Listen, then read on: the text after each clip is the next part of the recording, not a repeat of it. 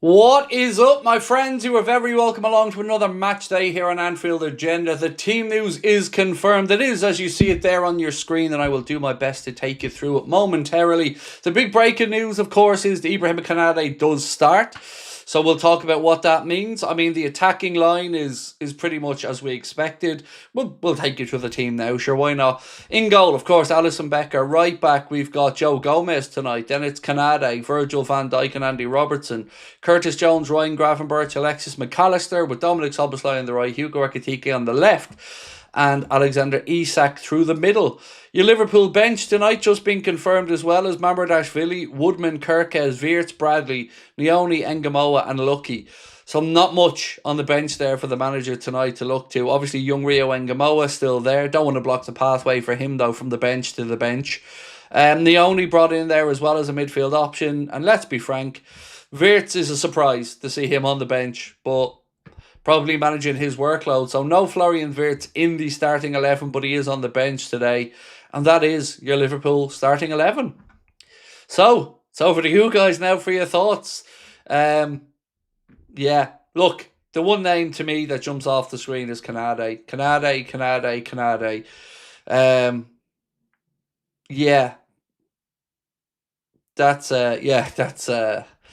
Yeah, still shocked me, but there we are. Wirtz is a knock, so he's on the bench. But look, that's the 11. That's over to get the job done tonight in Milan. And let's keep our fingers crossed. It's a really weird one, this, because I don't have many expectations for this game tonight. I don't really know, good or bad, what to expect. I'm just, like everybody else, still kind of reeling from the last few days and trying to figure it all out. Hopefully we can get a bit of a distraction tonight and the Reds can get a result that would at least put a bit of good humour, a good mood around Liverpool at the minute, because it's been heavy sledding. Kanade wants to leave the club, plays like shite, starts every match. Mo loves the club, signs a new deal, frozen out. Look, mate, you're not going to get no pushback from me. There's a lot of the decisions that we've seen over the last few weeks that I can't explain away, you know. It is what it is. You know, we all have our own frustrations, and I'm right there with you. I just want it all to be over. That's the God's honest truth. I just want it all to be over. It's very, very rare that you don't really look forward to a Liverpool game. This should be the highlight of the week, Champions League game, a big one away against Inter Milan. A great tie. But let's be honest, if I asked you guys now, are you excited for this one? Let me know in the chat, because it's tough. It's tough, There's been so much distraction over the past few days that it's hard to know where anyone's head's at right now. Surely it's a 4-1-2-1-2. I haven't got a clue, bro. Honestly, I haven't got a clue. Whatever way the formation sets up, I haven't got a fucking clue. And that's me being honest. We're going to try and figure it out as we go along, So yeah, just take ours as an illustrative lineup, and we'll figure out the formation as and when we go. Blizzard, how are you, my friend? Said, first time ever, I'm dreading watching, not an ideal 11. It's hard to be optimistic or upbeat about it, but, I just hope we can get a decent performance and a decent result so we can have something to be happy about, be positive about. There's not much from the bench if you are coming in late. As I mentioned, the bench today for Liverpool features again 2 goalkeepers, Babadashvili and Woodman, Kirkes, Wirtz, Bradley, Leone, Ingamoa and Lucky. They are the options for the gaffer from the bench. No Wirtz in the starting 11, no mate. Harris said, Craig, if we got Gay in the summer, do you think Slot would have deployed a back 3? I feel like that was the initial plan. No. And I'm going to explain why, because this is a question that I've asked myself, mate, and it's a question that is a very valid question. But the reason I'm going to say no is, if you knew you were going to change to a system that involved the back 3, it would have been a priority to get this guy in early in the window, so Slot could have had the summer coaching the back 3. But that's not what we've seen. We didn't see him utilise that back 3. So I have to believe, no, it wasn't the case. Because if he was going to do it, I think we would have seen more of it in pre-season and more of an urgency to get a centre-back in. Is Chiesa in the subs? No, we didn't travel. So Chiesa, Gakpo, and Endo were all unavailable for the game. A couple of them with an illness, and one of them with a muscle injury. Excuse me, Gakpo with a muscle injury, I believe. So yeah, they aren't there. Salah isn't there, obviously.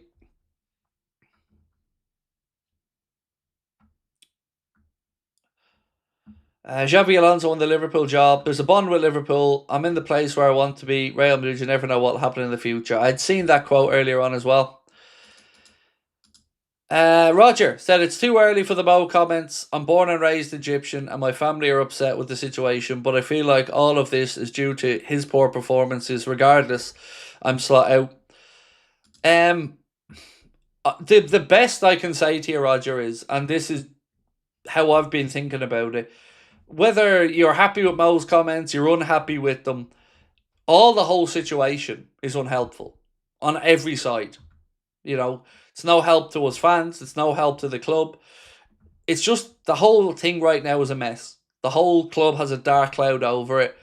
And I don't think it's going to ease up anytime soon. So look, I'm never asking anyone to pick a side on this situation, because everybody will have their own. And I don't think it's as clear cut as I am fully behind X or I am fully behind Y. I think there are good and bad points on every angle of this. You know, it's not a great look for the club. Did Salah speak out at the right time? Was he speaking for more people than just himself? Is there an orchestrated move to try and get rid of him? There's so many things that, again, we're being forced to kind of pick an angle, but we don't have the full story as fans, and that's what makes it so difficult. The reason I keep saying the same thing is there isn't a winner. Nobody wins in this. Salah doesn't win, the club don't win, the fans don't win. It's just a messy situation. Craig, I don't want to bring it up a lot, but did you see the carrot tweet thing? It's beyond disgusting. It's one of the most petty things I've seen from Jamie Carragher, is how I describe it. So, for a context for people who maybe don't know what we're talking about, Sky posted an image of Mohamed Salah's Instagram, I think, of him training at the AXA. And then Cara quote tweeted that by saying, "I've never wanted a Liverpool team to win a game more. Come on, you red men." It just feels petty at this point. But like I said, he's a paid pundit. He is paid to give those decisions, or those opinions, excuse me. But yeah, it was unnecessary. But, you know, it is what it is. Again, I don't think it helps or benefits anybody. It feels like a really, really, really childish, petty post. Do you know what? It's the type of shit I would pull. That's how petty it is. And I will be the first to tell you that I'm a petty son of a bitch at times. And that's kind of the levels I would go to if I was really wound up by someone. So yeah, it doesn't come across great.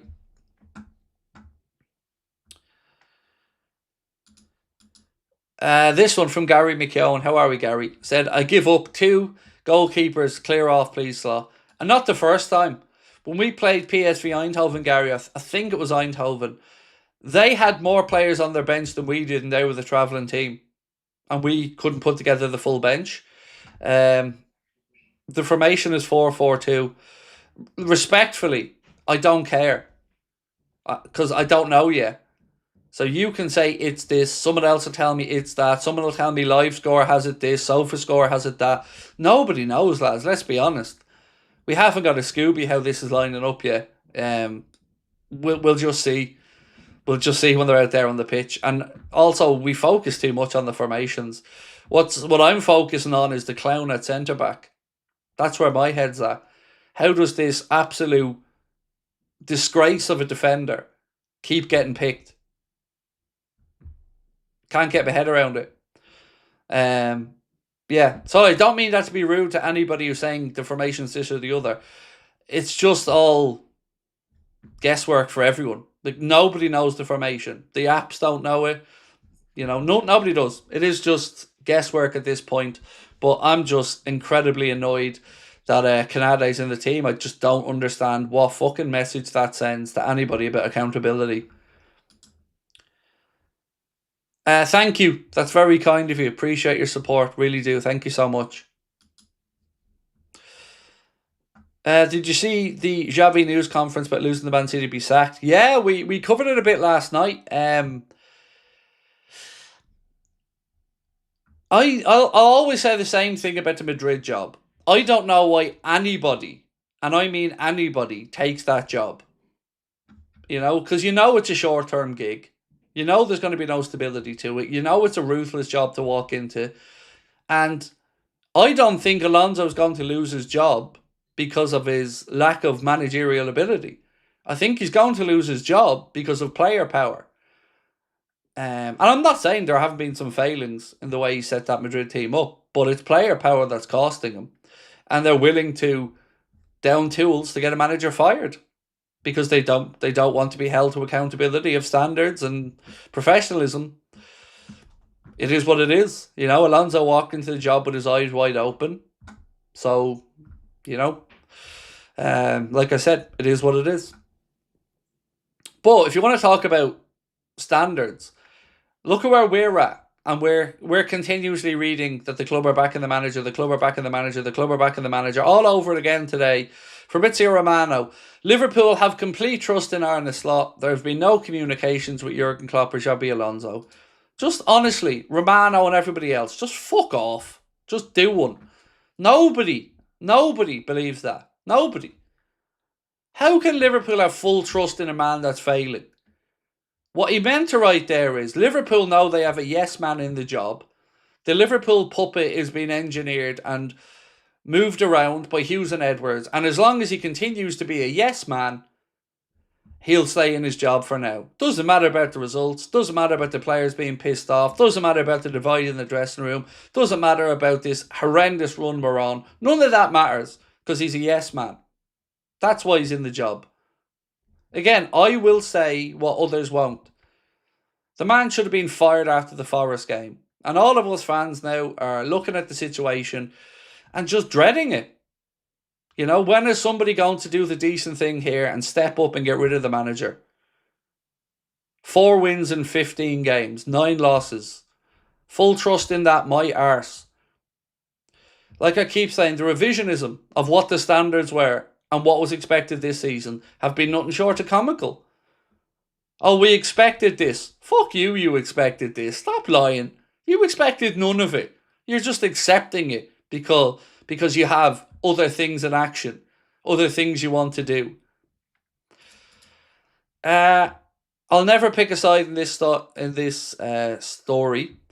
Each side of this shitting's the same, but Edwards was proven to be right. Carrot is also rushing his words. So on the Edwards thing, I find that funny because if he, you've said there he's proven to be right, but he gave him the contract. Remember that. This is what I keep talking about, revisionism of the situation. When Michael Edwards came back to the club, there was a big media push and a big PR push to say that Edwards and Hughes are in and they're going to remove emotion making from decisions and they're going to look at the cold hard facts. So now that Salah's failing or presumed to be failing, Edwards looks like a genius somehow. He gave him the contract. So if he thought Salah didn't deserve it, why didn't he remove the emotion from that decision? So again, Edwards hasn't been proved right. Edwards gave him the contract. All Edwards and Hughes have been proved are slithery little fucks. That's all they've been proved as, who are engineering something behind the scenes and are, again, moving in the shadows and they're hanging people out to dry. That's the way I see it as a Liverpool fan, but I respect others who say it in a different way. Kai, see, I remembered today, bro. I remembered. I know this isn't on topic, but I'm struggling at the moment. Some family just treat me like crap. I don't know what the right thing is, but I'm made to feel like I'm wrong. Thanks. Your content keeps me going. Obviously, it's extremely difficult for me to give you any advice other than look after yourself. And if you need to just take time for yourself, away from it, shut yourself off, do that. Protect yourself, look after yourself. Family's a really awkward one, isn't it? Because there are families. for good, bad, or indifferent, there are families. And those relationships and those dynamics are a little bit different to others. But I do hope it gets better for you, mate. I really do. And I'm sorry to hear that. In my opinion, if Giuseppe would be manager, Ibu wouldn't be near the starting 11. So for me right now, Patrick, Ibu shouldn't even have a contract offer in front of him, let alone be starting the game. So you've heard me say the phrase selective accountability a lot, and this is what I mean by it. I've no problem, and many others have no problem, with Salah being benched for a few games. Nobody that I'm aware of has too much of a problem with that. But when you do contrast and compare that to Gakpo, to Gravenberch, to Kanade, to Maka, you've got to be honest and say they aren't being held to the same standards. You know, and if you're not being honest about that part, the rest of the conversation is pointless. It's very, very clear to me as a Liverpool fan. Craig, you sound double boosted. I don't know what that means. Yeah, it's very clear to me that there is an agenda out there to get rid of Mo. And I'm not saying it's not a deserved agenda, but I'm saying I believe fully that that's what's happening.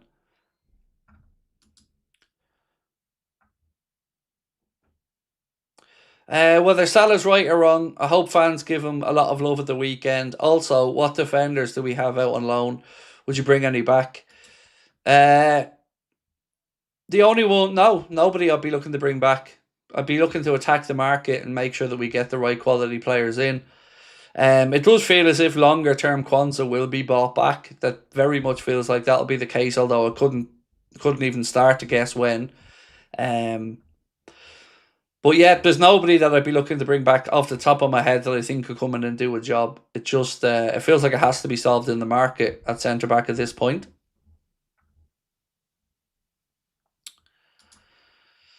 Spent all that money in the summer to have two keepers on the bench. Way to go, FSG. Yeah, look, there are injuries, but you know, this is again what winds me up, Stevie boy. We'll be told there's injuries and the squad's depleted, but we won't be addressing why those injuries have happened, or the players have been overplayed, or that the manager hasn't been rotating the squad enough. You know, that part won't be spoken about as to injuries. It'll just be he's been unlucky, but he hasn't been. He intentionally went in with a smaller squad. He's intentionally played the same players, and injuries are going to come. And I'll make another prediction. A centre-back injury is only around the corner as well. Because you can't keep playing the same two centre-backs every single game and think that that's not going to leave us wide open to another injury. So, you know, he'll get all the sympathy and the excuse will be that he's got injuries to deal with. But there'll be no talk about how the injuries have come about. Why isn't Wirtz playing versus a defensive team like Inter? We can use his creativity. Carrying a knock, from what I understand. But still, yes, surprised to me not to see him in the 11. But, you know, like I said, a knock is the only information that I have.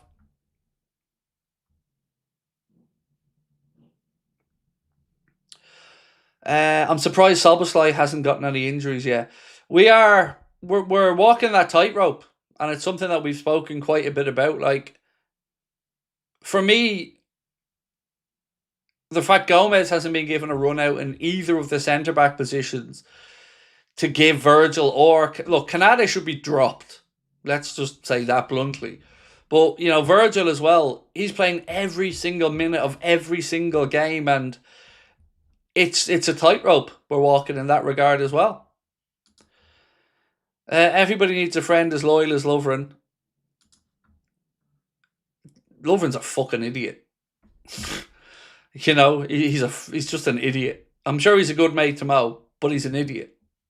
Yeah. But, you know, he is a loyal friend. I'll give you that one.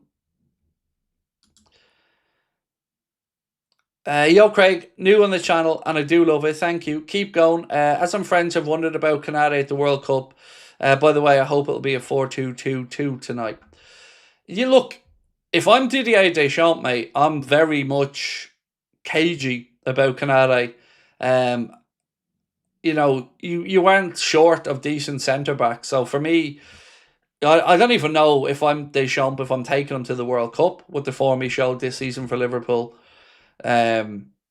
Because even if he doesn't want a new Liverpool deal, he is in the shop window. And we've already seen reports that Madrid have no interest and that PSG have no interest. So his options are also running out. But welcome to the channel as well. Appreciate you. I don't feel confident at all. I'll say a 2-0 loss, said Curtis Jones, VR. Minity TV said that bench is shocking. It is, but the sympathy, the plebs, the yes men will all be out from the journalistic world talking about how unlucky Arne Slot is. You'll set your watch by it. There won't be any addressing why the injuries have happened. That won't come into conversation because that would actually involve some critical thinking, which a lot of the journalists that cover Liverpool seemingly are unable to do. The club tell them what to think and then they just put their own slant on it. But you are right, it is shocking. So 1 minute 1 minute Slot wants a small squad. Now the small squad is a problem because we've got injuries. But he can't have it both ways. Even if we lose 3-0 tonight, James Pearce will come out and tweet, only concern in 3 is improving, not conceding 4 against PSV. Progress made. And we'll also get the club are fully behind the manager. Blah, blah, blah. It doesn't seem to matter at this point, mate. Standards are out the window. Whatever happens, it doesn't matter. We're all just here hoping for not another car crash moment. And treading water waiting for the inevitable. And the inevitable will be Slot gets fired because he ain't up to the job. And no amount of delusion from the club or lying to the football public is going to change that. Could anything change your stance on Slot? Of course. Absolutely. Look, for me, every relationship in life is salvageable to some extent. Car crash, yes. Car crash. Performance, shit, terrible. That's what we say. Car crash moments. Terrible performance. It's not that hard to... If you're going to try and link that to the Jota stuff, then just fuck right off. It's a very, very, very easy phrase to understand, mate. Canada gifting away a penalty, car crash moment. Canada jumping past the ball, car crash moment. Fucking hell. The stretch, lads. Clutching at some straws there, trying to take me down again. Jesus Christ. Mitchell. I'm dreading Liverpool matches at the moment. I can't believe we may have to become accustomed to life without our best player. Yeah. It is what it is. We have no control over it, unfortunately, Mitchell. We just have to grit our teeth as fans and see what happens, And this is the saddest thing. Like, I've been in contact with friends from content world today that cover Liverpool, friends that are just Liverpool fans, people in our Discord. Like, I've been chatting back and forth with so many and nobody, absolutely nobody, is positive. Billy said, you're going to look like an idiot if Slot turns around. I don't give a fuck, mate. Why are you so concerned about what I look like? Let me worry about that. If I seen any sign of this turning around, I'd be the first one to put my hands up. Honestly, I would. And I've just answered the question saying, can it be turned around? Yes. If he wins games and we're playing in a decent way, of course it can be turned around. Yeah. Everything is salvageable, but you need to see something to salvage you. You can't just stick your fingers in your ears and keep saying, we have full faith, we have full faith, we have full faith. There's nothing to show a turnaround.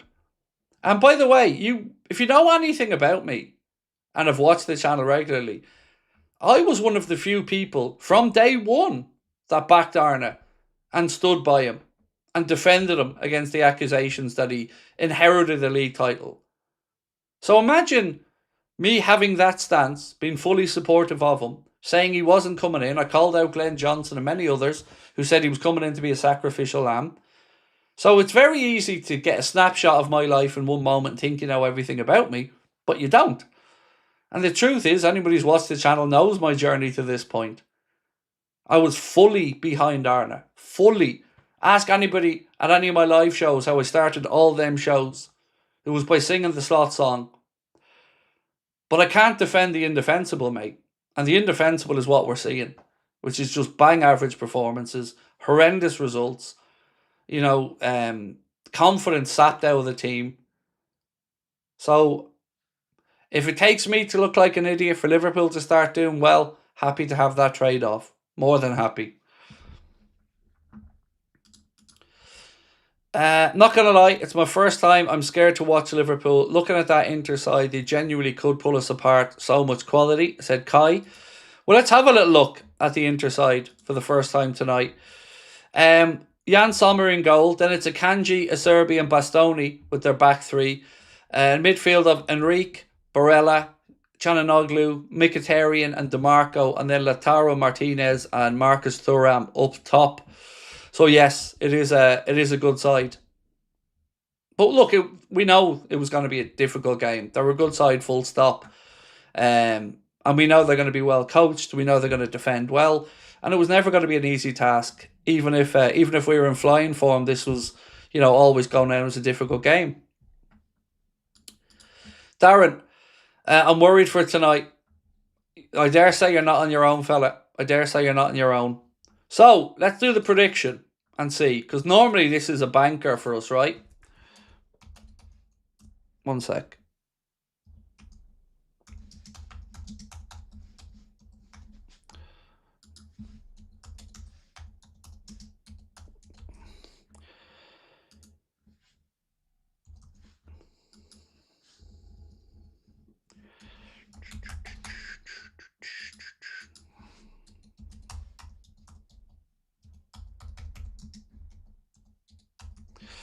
Right, so pick the result. Inter win, draw, Liverpool win. And we'll come back and revisit that in a little bit. If you can, folks, do hit that like button for me as well. My dumb ass forgot to ask you to help me get to the 1,000 likes before the kickoff of the last one. So that's on me. But if you could, do hit that button for us. Where was I at? Where was I at with the super chats? Where was I at? That was last night. Where are we at? Here we go. That one. Stevie boy.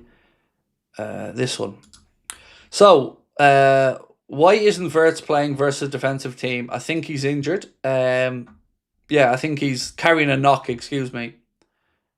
Done that one. Corbin said, baffled about aspects of that lineup, no Flow or Rio. Well, look, if he's carrying a knock, Wirtz, that's understandable. But this is what makes me laugh, Corbin, about this situation, about Rio in particular. We don't want to block the pathway through. He's our only winger in this squad tonight, and he's not on the pitch. That's why I find it very difficult to stomach the idea of us not blocking a pathway from when we're doing that ourselves, but not playing him. Does Marque and Semenyo fix the Liverpool team or not? It certainly will add a bit, absolutely. Like it would give us a bit more reassurance and calming presence at the back, and it would give us another good, credible option up top. But it's going to take... The problem for me at the minute is the motivation of the players and the manager. And I feel like there is a divide in the dressing room. And I feel like that for a couple of reasons. The Chris Williams post we spoke about, where the players were more connected to Johnny Heidinger than Arne. The fact that I don't think Mohamed Salah was speaking for himself, although there was a lot of me language there. I do think other players probably felt similarly with regards to some of the team selections. Because remember, there was a piece from a journalist a couple of weeks ago that said something along the lines of, senior Liverpool players are confused as to why Milos Kerkez is starting over Andy Robertson when his performances haven't lived up to it. So there are lots of things that seemingly are annoying people inside that dressing room. And that's where my biggest concern is. Because tactically, could Arne turn it around? Yes. Are our players good enough to turn it around? Yes. But if there isn't a belief, if there isn't a buy-in to what the manager's doing, ultimately that will lead to his downfall. And I've always said to you, the one thing that would get me to the point of being Arne out was feeling like the players aren't doing it for him. And I feel that way. Now, we did see, in my opinion, a better response against Leeds United, but we still capitulated in the end. But I did see more of a fight. I did see more energy, and I do think we were better for long parts in that game than we have been in others. But it's the way that draw came about. It just felt again like that we left Ellen Rose with a low, whereas Leeds fans would have been walking out of there buzzing with the way the draw came about for them. Tony, hi Craig, do you think the Liverpool hierarchy have orchestrated a possible Salah sale to recoup some funds to buy in January? 100%. 100%. The Liverpool lineup, somebody said, can you show us it? It's on the screen. It rotates back and forth between Inters and ours, so it'll be up in a sec, my friend. Yeah, Tony, 100%. There's no fibre of my being that doesn't think that that's what's at play here. And people say, again, how can you say you want Salah dropped and then side with Salah over Slot in this situation? I'm not siding with Salah over Slot. I'm siding with the situation being done underhandedly and that not being befitting of our club, particularly towards somebody like Salah. If the club want to get rid of Salah, be upfront. Be honest about it. Sit down and give him the reasoning. And tell him it's probably going to stay this way, Mo. The manager isn't cutting, doesn't think you're able to do it like he used to. And be honest about it. And that saves all this shit that we're all dealing with now. The big fallout, the battle for hearts and minds. It's just all noise and a distraction.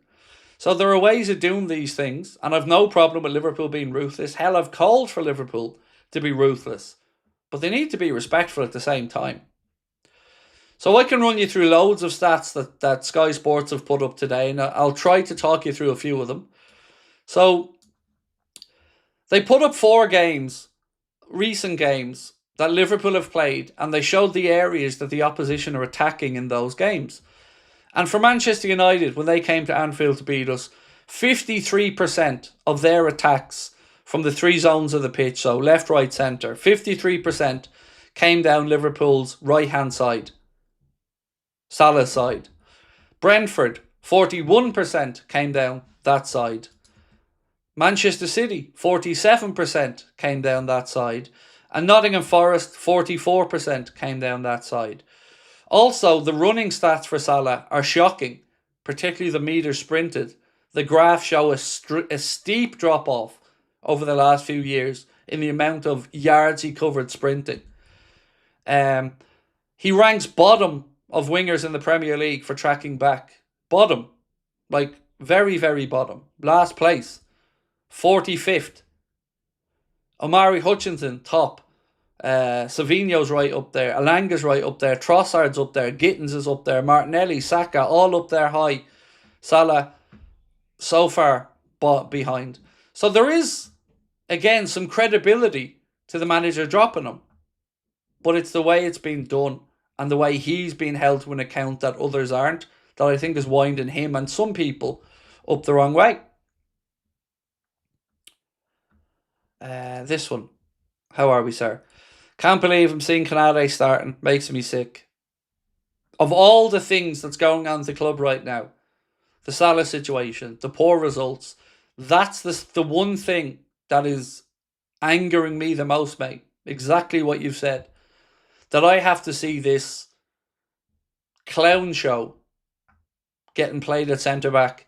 And I'm wondering, and I'm asking myself, how many mistakes will he make tonight? How many goals will Canade cost us? And look, Virgil hasn't been brilliant. But, like I said, how can you reward Canade? How can you reward Gakpo and others who've been failing by starting them? It's just crazy.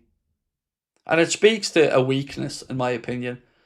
You've got a guy who doesn't want to stay at the club, a guy who was wanted a Madrid move, a guy who hasn't signed the contract, and a guy who's now 3 weeks away from being able to talk to clubs outside of England, and Liverpool don't even have to know about it. And this guy is taking the piss, and you're rewarding him. I don't know what message that sends. Mike said, for me personally, I back Salah to the hilt here. With players like him, I think it would be reasonable for Barcelona to give Messi 45 minutes in 3 games, regardless of form. I get that, Mike. I understand your perspective. For me, I just keep coming back to the same thing. I don't think everybody's been held to the same standards here. And it feels like an orchestrated thing for me behind the scenes. I just want it all over, Mike. That's it. I just want it all over, mate. I don't want all of us to be in here tonight, again, frustrated, narky, moaning at each other, because we're all hurting. And there's just a cloud over our club. The decision not to take Mo to Inter, I totally get that. I don't get the decision not to fine him, because that, again, to me, almost feels like you're overcompensating to try to show that you're not trying to force him out. I think that's how it comes across. It's like you don't want to take the strict line because you want to look like you're being understanding of the situation a bit. Whereas I think what you should do is fine him. It should be pretty clear. And all of this just makes me feel even more so that there is shenanigans at play behind the scenes. If we win, what will that mean?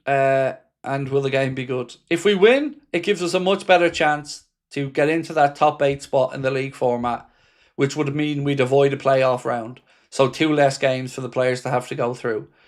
If we lose tonight, that makes that quite difficult. Not impossible, but quite difficult. So yeah, tonight does have some jeopardy on it.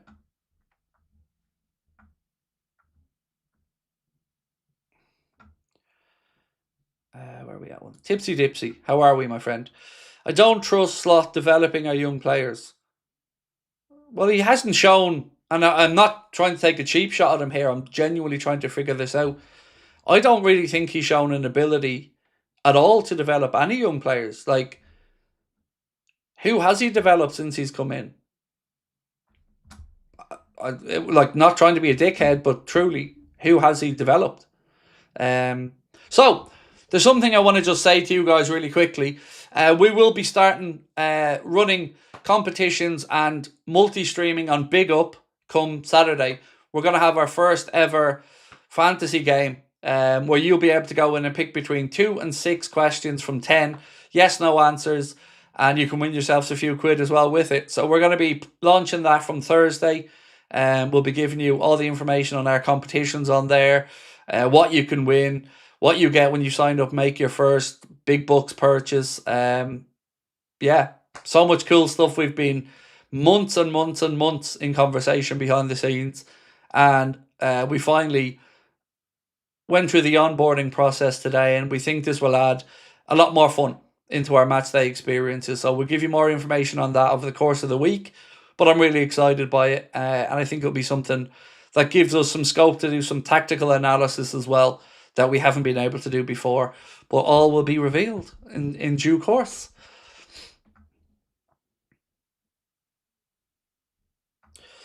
Daniel.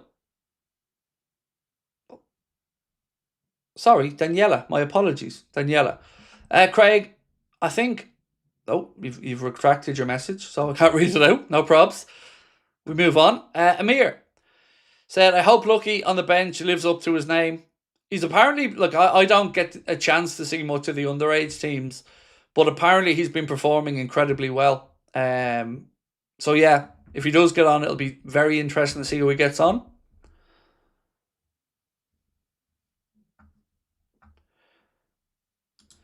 Gerrard won't be the interim. He's not a yes man. That and the tax stuff, he'd lose quite a few quid if he start working in the UK before, I think it was March, Stargirl, if I'm not mistaken. Oh, I want to read this out to you guys as well because it was on earlier on. So, a 47-year-old man has been charged with racially abusing Bournemouth forward Antoine Semenyo during the Premier League match against Liverpool. Mark Mogan of Dovecot, Liverpool, has been charged with a racially aggravated Section 5 public order during the fixture that took place at Anfield on Friday, August the 15th. Mogan is being conditionally bailed and will appear at Liverpool Magistrates Court on Monday, December 22nd. So I just wanted to give you guys a bit of a heads up on that one because, of course, that was disgusting to see. And I thought Antoine Semenyo handled that with impeccable grace at the time. So, yeah, just an update on that one. Lisa Goodrich Horrocks, how are you, my friend? Craig, your views are so appreciated because you're saying what we all feel. Hats off to you and thank you for always being you. That means so much, Lisa. Thank you. Because I do get a lot of grief for being as blunt as I am at times from people. But, you know, it can only ever be... I used the phrase my truth on a video the other day and somebody said, I always zone out when someone says my truth. And I kind of get where they're coming from. But I give you my honest views, always. Whether they're going to go down well or not. You know what? That's who I am. I'm a blunt person. But the thing, Lisa, and I think we all agree on this, is there isn't any winners at the moment in the Liverpool fan base. There's nobody who's on top of the world right now. We're all hurting. We're all frustrated. We all wanted to get better. And this just feels like there's still a bit more messiness left to go, unfortunately. Darren, how are we, bro? After PSV, I hope we don't get done 5-0. Yeah, it's a difficult one, mate, to know what to expect on the pitch, isn't it? You know, if they go out there and play with a clear mind, we could get something from this game. But equally, like you said, bro, if they don't and it starts going against us, it could be a bloodbath out there. And, you know, nobody wants or needs that. You know, I want Salah fired, but I don't want Liverpool to lose. You're never going to hear me say, I want us to lose so he gets fired. Because, again, it's just a no-win situation. But let's see. You know, the game hasn't kicked off yet. Let's see. You know, there's a world where we can get a result here tonight and maybe we have a conversation afterwards saying, okay, this could be the start to build forward. But what I'm not going to accept as a fan, and I can see this will happen, I'm not going to accept, if we get beaten, injuries as an excuse. I'm not listening to that bollocks. I'm not. Because the injuries, some of them were preventable with rotation. So that as an excuse ain't going to work for me.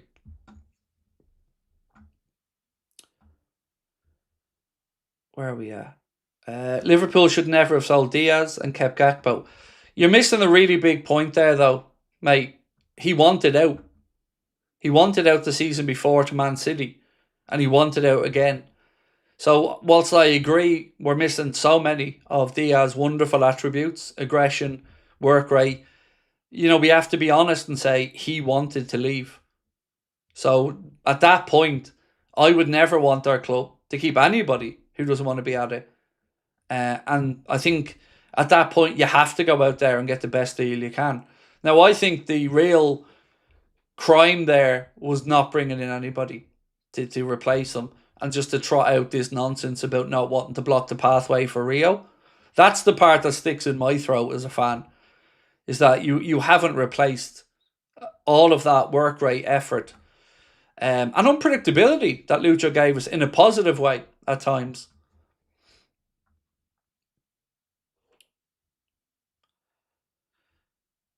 As Colin said, I'm a Villa fan. I agree. Mo is not talking alone. I don't think so either. Now, I do think there was too much I, me, and it came across a little bit entitled from Mo. Let's be honest, it did. I won the league. I did. No, mate. The team won the league. You were the star boy, but the team won the league. And you don't get to be the star boy without sacrifices from other parts of the pitch. So I don't think he done himself favours with that. But yeah, I'm right with you on that. I don't think he's on his own. The poll says it all. Sickening, man. Much love. So let's check in on the poll. So we asked, pick the result, which we do quite often before a game. And 30% think a Liverpool win. 15% think a draw so far. 55% think an Inter win.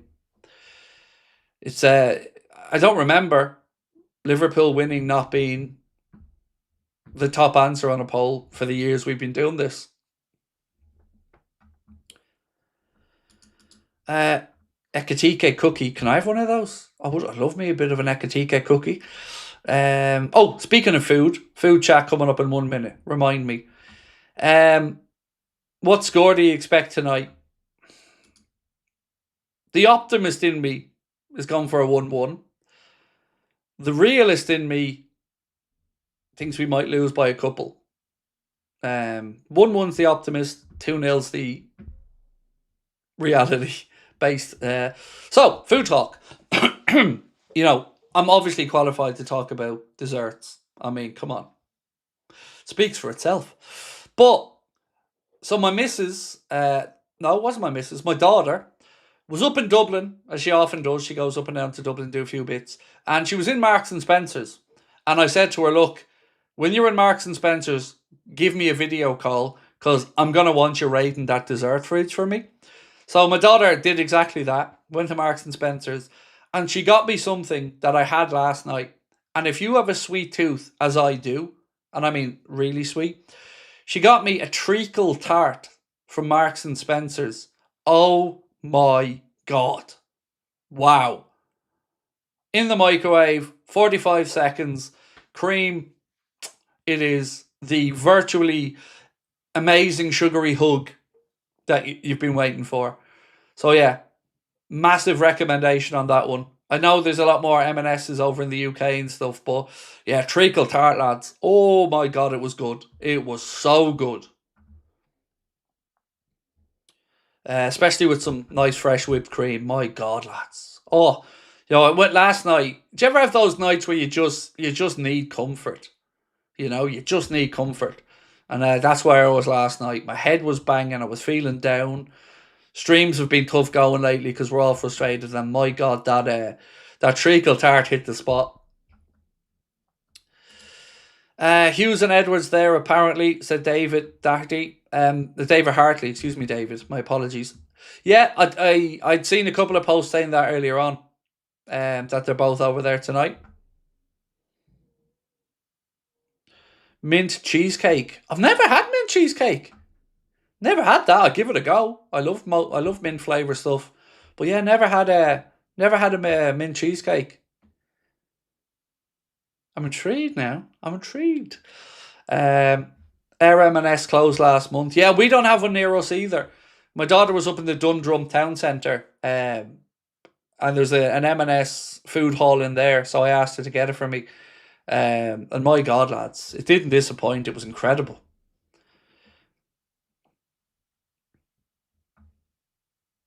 M&S is pricey, but they do have good food. Oh yeah, I think it was like $7.99 or something like that for the treacle tart. But lads, honestly, if you're into your sugary desserts, give it a crack. It's gorgeous.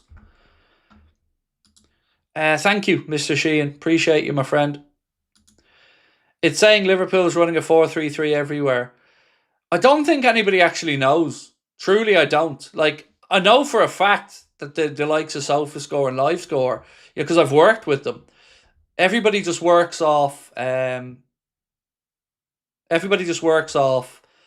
Historical stuff, really. Dave said, "How fucking much?" Well, that's in euro, Dave. That's not dear though, by the way. I've bought so many desserts lately, mate, and that's on the lower side. I bought a sticky toffee pudding crown from Dunn Stores, and it was like 16 quid or something. Justin Craig, how many more losses before Slot sacked? Got to be custard with that treacle tart. Oh, that's a shout, Robert. That's a shout. Oh, fuck it. I did it wrong. You're right. That's a shout and a half, bro. Good news, though, Robert. I do have half of it left. Oh, I'm hanging off now, Robert. You've got me. I'm hanging off, bro. I was going to eat the other half of it tonight, but... oh, that's a shout, Robert. That's a shout. Got to get some custard. My missus hates custard, though. Makes her gag. Craig, I'm telling you, try banoffee pie. Jared, Mr. Kelly, do you think I haven't had infinite amounts of banoffee pie, dude? Dude, there isn't a dessert that I don't that I haven't been part of. It's the way when you go out for a meal with your partner or your anyone, you go out with somebody. Me and my wife have this really easy fix for the 3-course set meals because I don't eat starters because they're usually things that I don't eat pate, prawns, salads, obviously. So when we go out for a set meal, my wife would have 2 starters and I'd have the 2 desserts. But every time, without fail, every time when the desserts come out and it's my turn to get the 2, it's, oh, that looks good. Can I just try a bit of that? No, fuck you. You can have nothing. You ate your rabbit food. Now watch as fat boy here devours 2 desserts. And I'll let you know if they were nice, love. But, them's the rules. Does anybody else get that? Like, oh, I don't want a dessert, but that looks good. Can I just have a bit of that? Fuck you. You order 10 of them if you want, but you ain't getting that off this plate.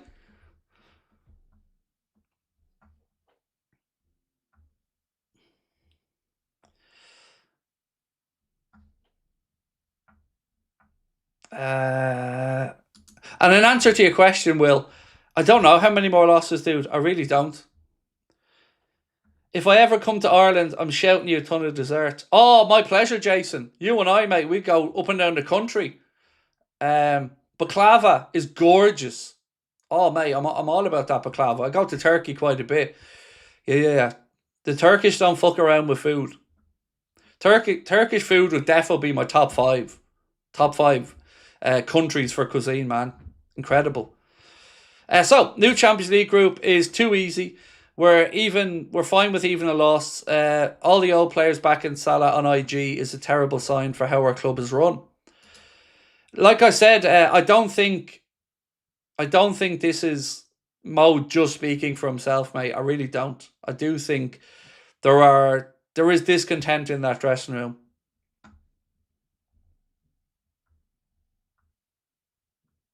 Craig, you should get a Joey doesn't share food t-shirt. No, you know what t-shirt I actually want? Does anybody here watch The Big Bang Theory? Or have watched The Big Bang Theory? Which, by the way, is disappearing off Netflix at the end of this month. That makes me sad. I go to sleep to The Big Bang Theory every night. I have it playing in the background. Anyway, in Big Bang Theory, there's an episode where Sheldon goes around and apologizes. And he has a t-shirt that says on the front, Sheldon Cooper apologized to me. And then you turn it around and on the back and it says, and he made it all better. I want one of them. I want a Craig Houlden apologise to me and then on the back, and he made everything better. Yeah, that's right up my street. There's no feeling these players will fight for the coach as they once did for Klopp. No, there's a lot of metrics, Rob, out there showing a drop-off in intensity, a drop-off in running, a drop-off in pressing. A lot of it backs up, where your head's at there, Rob.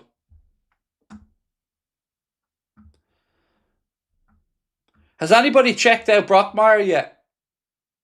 Because, I've been bigging up Brockmire to everybody for a while now. So if you haven't checked out Brockmire, it's been added to Netflix in the UK and Ireland. Yeah, check it out. It's incredible. Yeah, Hank Azaria is absolutely phenomenal in it. Brilliant. I think it's even got, like Connor said, like a score of 98% on Rotten Tomatoes or something. Like it's incredible. Such a good show. What's Brockmire? It's about a baseball commentator whose kind of life has gone off the rails a bit. And Hank Azaria does so many of the voices from The Simpsons, or used to. And he's just incredible in it. It's just such a good show. Like, I've no interest in baseball, but it's so funny.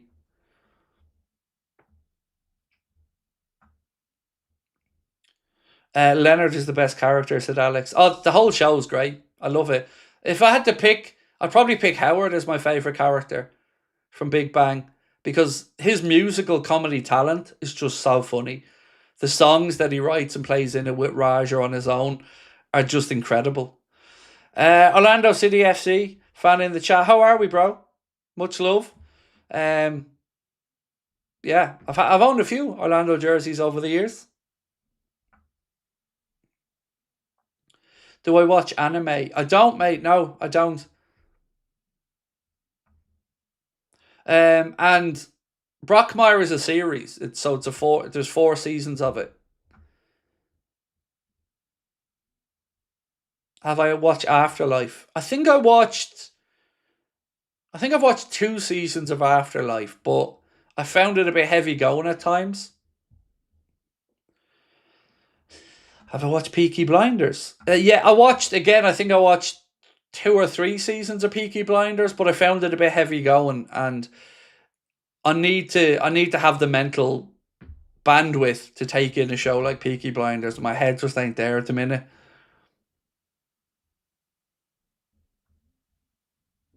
Landman, I'm all over it, Rich Baldy. I'm all over it, bro. What's the newest episode last night? Yeah, love it. Anything that Tyler Sheridan writes, I'm all over. Same with Yellowstone. I was lucky enough that I only started watching Yellowstone as it was ending, so I got to watch the whole thing straight through, and then I went straight onto Landman afterwards. It's brilliant.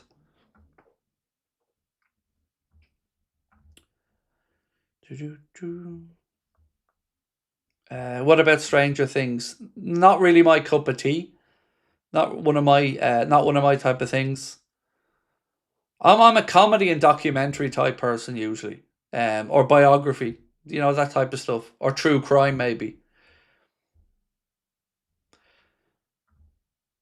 Have I been in contact with Goldbridge? More collabs. I sent Goldbridge a message a month ago, maybe. So we had a brief communication a month ago. I sent him a message, very courteous back and forth, to be honest.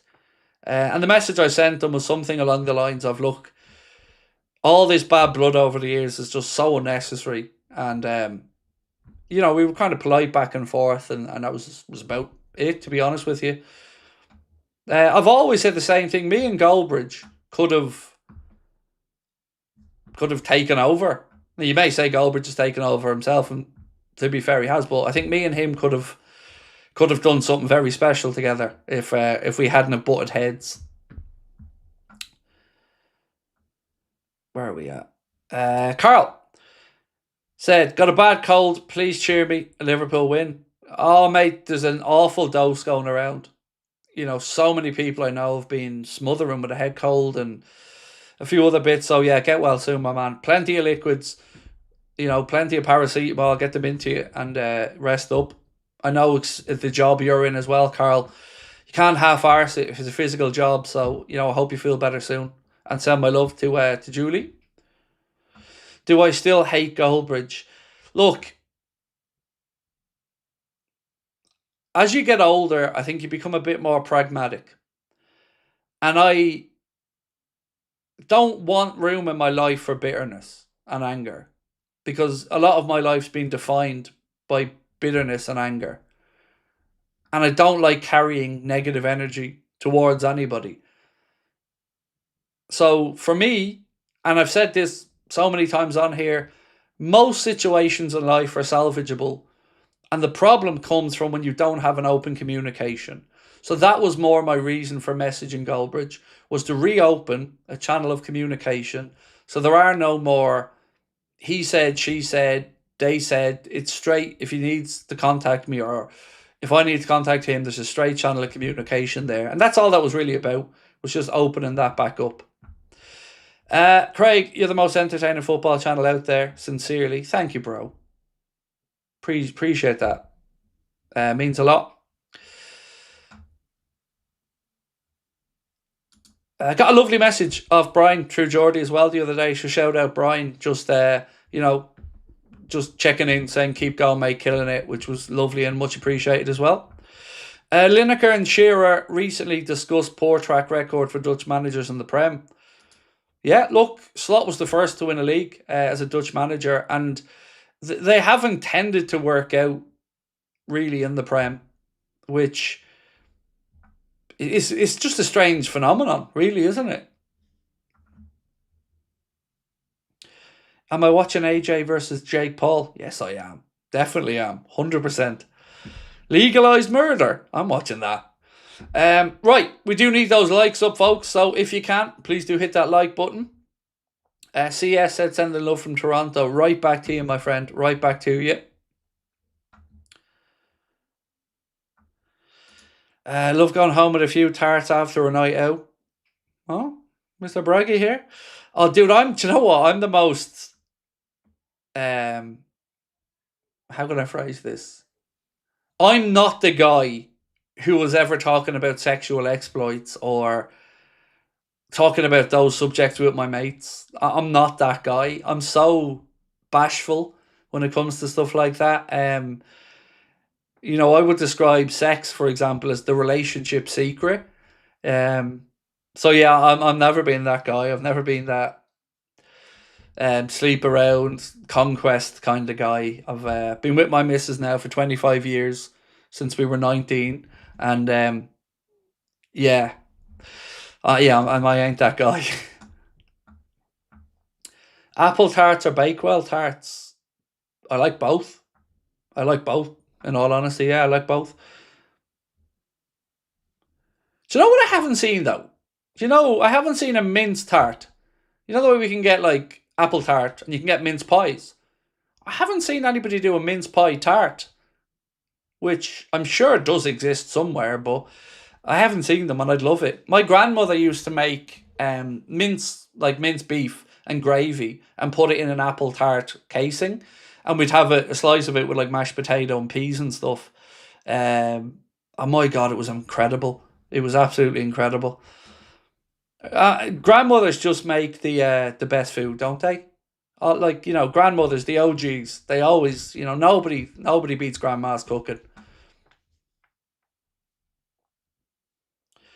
Craig, you need to go to the east coast of America. I would if they let me in the country. Yeah, that'd be lovely if they let me in. Long story. True voice of the real fans, Arna can F off, and unfortunately the legend that is Salah has to go too. No one's bigger than the club. That would be my outcome in this as well, Nick, that both do have to unfortunately move on. I think the formation's confirmed to be a 4-3-1-2. That would make sense. Jason Vlogs. 4-3-1-2. Yeah, that would make sense. I mean, we'd be probably lacking some width in the game with that, but it does make sense. Need the story, mate. So we were doing a live show in Boston, and for Irish people to travel to America, we use a system that's called an ESTA, which is a visa waiver program. And you basically input your details into the Department of Homeland Security, and everyone who's traveling, you pay a small little fee and you usually get an answer back quite quickly. So we'd use that the 6 or 7 times I'd been to the States. And on the website, it says that, on the ESTA part, it says that you can conduct business or travel in America for up to 90 days.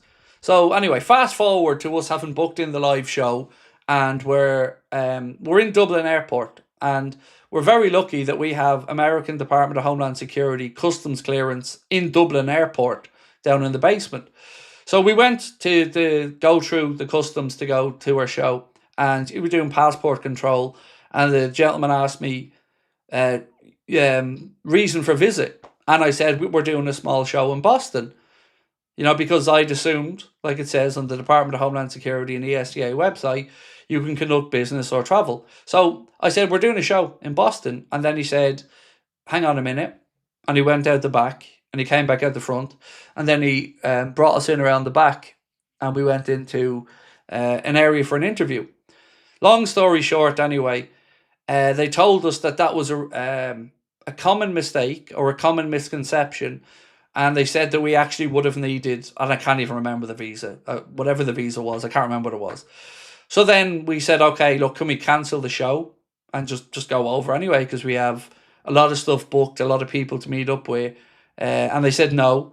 So the final kick in the teeth anyway, and to tie the story together, was that we got removed off that ESTA program for life now, which means if I want to go to America or Connor wants to go to America, we have to get a 10-year holiday visa, and then we have to get that visa, we have to fill out paperwork that was, and I'm not exaggerating this, there was more paperwork than to apply for a mortgage, with more work, background detail than I've ever been asked for in my life, and go to Dublin for an interview at the American embassy. So I just decided at that point, I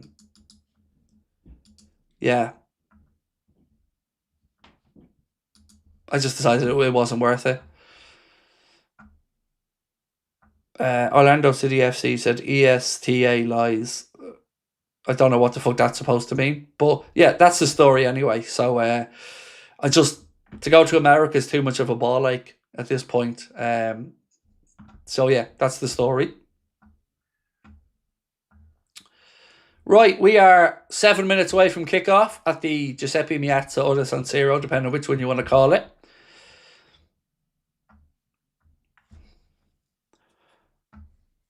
What was that drive home like with Connor after it happened? It wasn't just with Connor. Our partners were with us. And you won't fucking believe this, David, but I got done for speeding on the drive home. So I got 3 penalty points on my licence on the drive home. Because obviously I was just wanting to get home at that point. Because we lost $6,000 on the trip. We disappointed everyone by not being able to do the show. Yeah, it was just one of those things, you know. Like I said, it is what it is.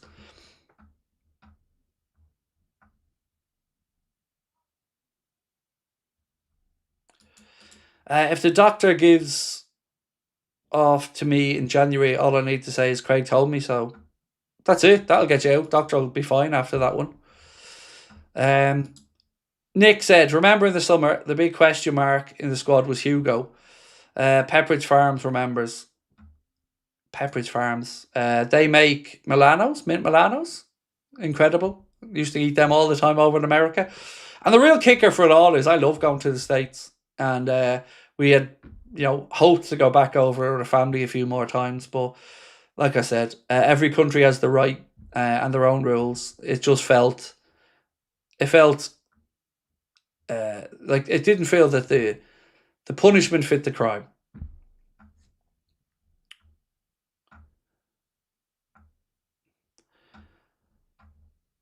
Can't beat a custard slice. Oh yes, little blab of raspberry jam in there as well, dude. Yeah. Love me a custard slice. Love me a coffee slice.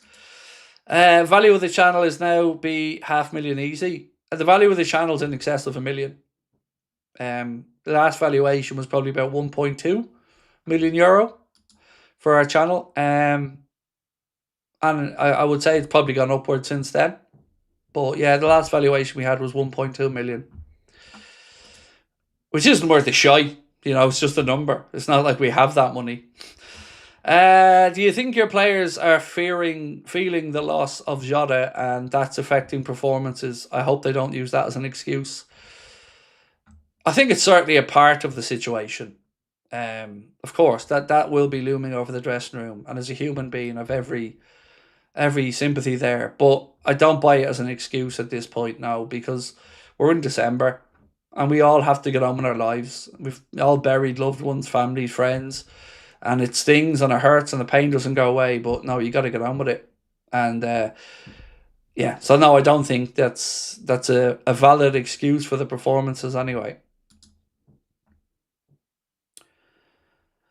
Thank you, my friend. Nessie said Isak and Hugo can only start if Gakpo's unavailable. That is wild. And also, where is Bajcetic? Don't think he's fit enough yet, is the honest answer. Scouser 44, how are we, my friend? Said, how do we go from needing a centre back, a striker, and a CDM to selling Salah and celebrating ties? No idea. No idea. I know. How do we go from that summer and that buzz and that feeling that I swear if I bottled it, I'd want for the rest of my life to now? Good question, but I don't know the answer. Dara O'Brien talking about desserts. I often say this, but funny thing is, me and Dara O'Brien grew up within 5 miles of each other. So there could be a postman floating around somewhere that has a few questions to answer. I love these chats. Takes my mind off the chaos. Thank you, bro. Appreciate you. Nothing but FIFA. Are you watching AJ versus Jake Paul? I definitely am. Try Marks and Spencer's pecan and salted caramel Marmite blondie. Oh yeah, that sounds like it'd be worth a bash, Carl. I'll put that on the list. Greatest fan channel. Thanks for all your hard work. Thank you. Thank you for your membership. Thank you for your kindness. What would you rather, treacle or red velvet cake, mate? I think red velvet cake's a bit meh. You know, because there's no flavouring to it in itself. You know, it's just a bit of food colouring in a sponge cake. Now, don't get me wrong. I'll eat red velvet fucking cake. You know, I do cake. But yeah, definitely treacle, 100%. Not far off, Craig. Been with my missus 19 years. Congrats, Darren. That's awesome. That's amazing. Congrats. And here's to many more. Cop Wolf Gaming said, watch SAS Rogue Heroes. Brilliant. Thank you for the recommendation. Craig, do you think Richard Hughes should be getting some heat for leaving the squad thin in areas? Definitely. Like I said, nobody has left themselves or covered themselves in glory with the way this has all gone. And the recruitment definitely deserves some criticism. Wife runs bakery out of her house. Dangerous. Oh, dude. As fat as I am now, if my wife ran a bakery, I'd be Oompa Loompa territory. Like, honestly, you'd be rolling me out. So you've got more willpower than me. Roger said, I have a chance to do my last semester of uni abroad. Do you recommend Ireland? I want to go somewhere in Europe. Any suggestions? Slovakia. Sincerely, have a look at it. Dublin would be incredible, but really, really expensive. You know, Slovakia, I've seen some great reviews of the colleges and the experience of being over there. Chiesa's not well, so that's why he's not in the squad today. He's not well. I can confirm that Craig stood me up in Boston. I did. I can confirm that Mr. Brian is he be talking the truth. And thank you, Brian, as always, bro. Love and appreciate you. I think we should play a 4-4-6-2-2-2 with you up top. Yeah, that definitely. Is that you, Todd? Is that you? Appreciate you, Tom. Thank you. Russian Honey Badger. I remember the day when I read that email saying the show was cancelled. I was baffled as to that was my only opportunity to meet you. Yeah, I was it was heartbreaking, mate. I hate letting people down. So yeah, again, apologies, it happened.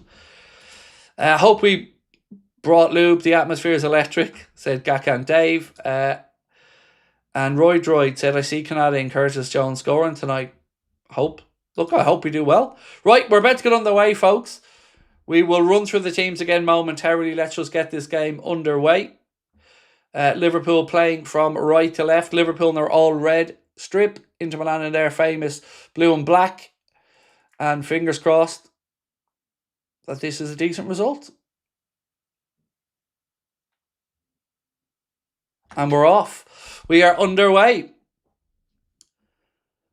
My 14-year-old just suggested something insane. Maybe if Liverpool actually played some footy instead of netball, we might win a game. How dare he? Yeah, well, look, we need to get things going. Anyway, straight into it here. Jones in possession. He's dispossessed.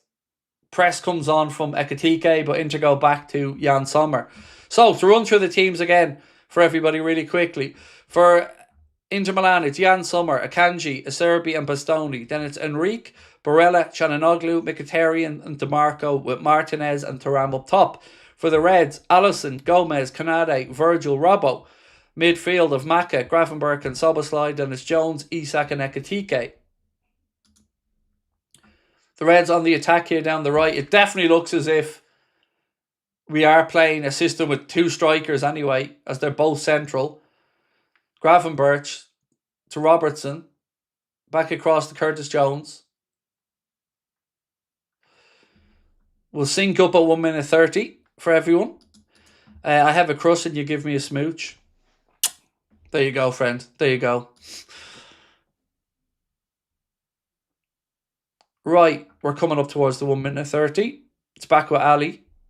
Right, we are now at 1 minute and 30, 31, 32, 33, 34, 35, 36, 37, 38, 39, and 40. Right, Ekitike inside the Inter half, left side of the penalty area. He's under pressure. He's got no real support, so he goes back to Andy Robertson.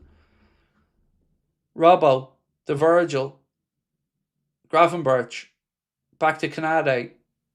Out right side now again to Curtis Jones. Nice little run down the side by Isak, and Jones finds him. Isak's early ball's cut out and defended by Inter. Soboslai, nothing on there, so he goes all the way back. That was good vision, good movement from Isak, and a good spot by Curtis Jones.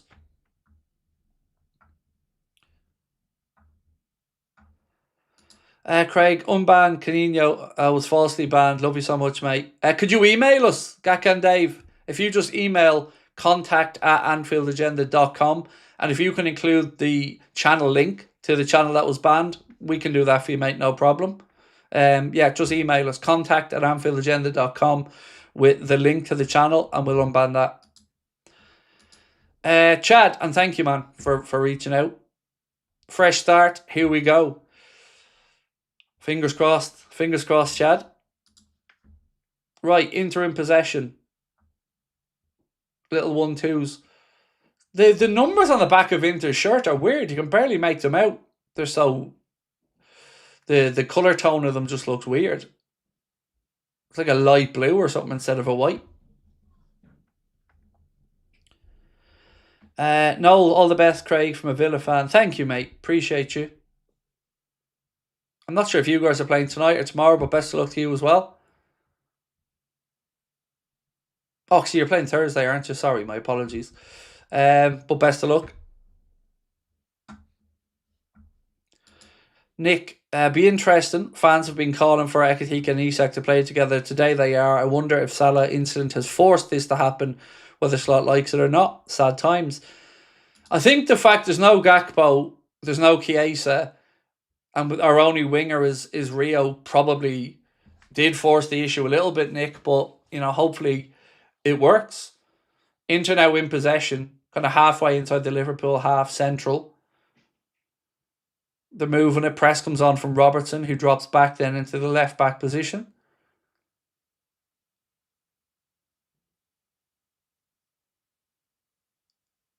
What was that attempt at a press from Maka where he runs by the Inter player? That was a strange one. Inter now to Thuram. Again, Liverpool are hunting in packs here. You know, Maka is the most advanced, by the way, so it looks like Maka is playing the 10 role. Inter switch the ball out into our left channel. Andy Robertson heads it away. Second ball, Gravenberch. He protects it well, goes back to Robbo. Robbo launches it long upfield.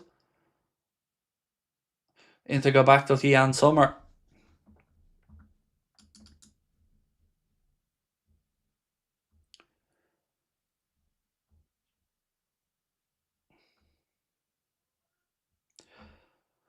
So, a couple of quotes from Arne Slot for you here. He said, I like Salah, just like everyone else.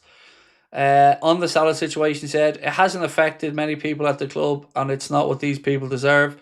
Or, excuse me, it has affected many people at the club, and it's not what these people deserve. It's sad to see these people sad at the moment. The thinking behind the lineup is that there are so many available. There are not so many available, in my opinion. We don't have wingers available except Rio. It's very young. The most logical solution is 2 number 9s. So he's admitting himself that Rio's too young and inexperienced to play, but yeah, we're being trotted and told we're not blocking a pathway through. This is what I mean about Liverpool not doing themselves any favours.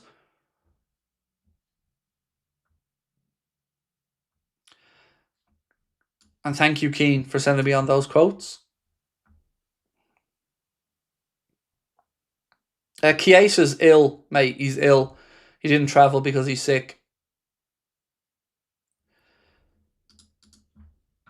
Chad said, I'm confused about Wirtz not playing. He'd looked pretty good lately. Just the rest. Somebody was saying that he has a knock. He has a knock, Chad, which I assume has to be the case because you would put him in this team if he was fully ready to go. You would imagine it'd be a strange call not to.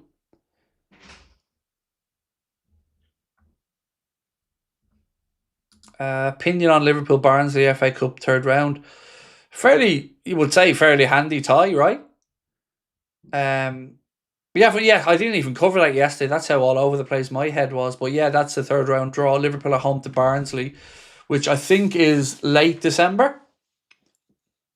But yeah, it's you have to say it's a decent draw for us. You know, you always look for a home draw first and foremost. Bring on your Internazionale. Bring on your Romas by the score. Barcelona, Real Madrid, who the fuck you trying to kid? Cause Liverpool are the team that we adore. Oh God, I remember singing that so many times at some of the boss night stuff. Bring on your Internazionale. Right, here's a free kick. Szoboszlai to take it wide right. Ball in. Doesn't beat the first man again.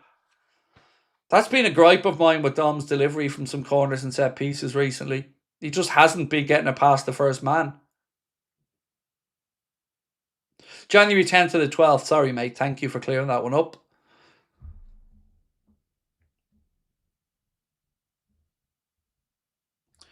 What kind of song is that? A famous one. Danielle. A famous one that Liverpool have been singing for a long time. Bring on your Internazionale. Bring on your Roma by the score. Barcelona, Real Madrid, who the fuck you trying to kid? Cause Liverpool are the team that we adore. Keith, how many more games do Liverpool have left in the Champions League? 2 after tonight, mate. Away to Marseille and at home to, I can't remember which one of the lower teams it is. Karamat, is it? Crossed in from wide area, takes a nick and goes straight into the arms of Jan Sommer.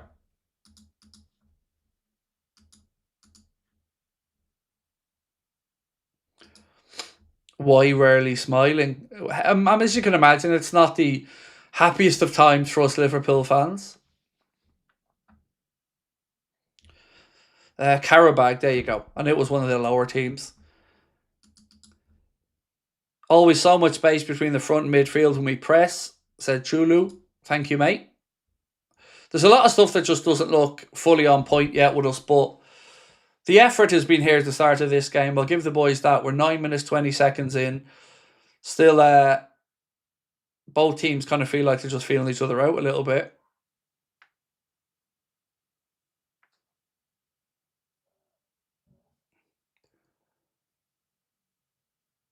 Barella now, centre of the park for Milan.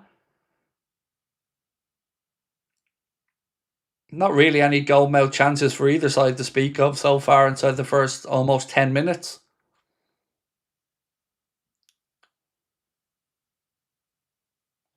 Inter try a switch there to the wide left position, looking for DeMarco, but it was overhit. Oh, Chananoglu's going off. He's already signalling to the bench that he needs to be substituted. He's stretched his groin by the looks of it. So yeah, Chananoglu's coming off. Where are you watching it? For me, here in Ireland, it's on Premier Sport, so I don't even have to watch it on Amazon. I'm watching it on Premier Sport. Ties to be played 2 weeks into January, but we got knocked out by Barnsley before from a 1-0 loss. Be a good game, though. Thank you, Jack. Appreciate that, mate. It's just, look, you always want a home draw anyway, and it could have been a lot worse than Barnsley.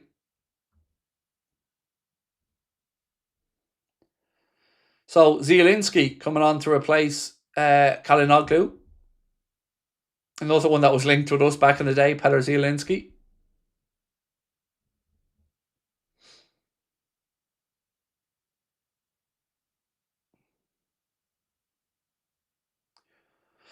Craig, I even had a Man U fan saying it's not fair on us. Oh, look, if anybody kind of gets the pain we're going through, it is probably United fans.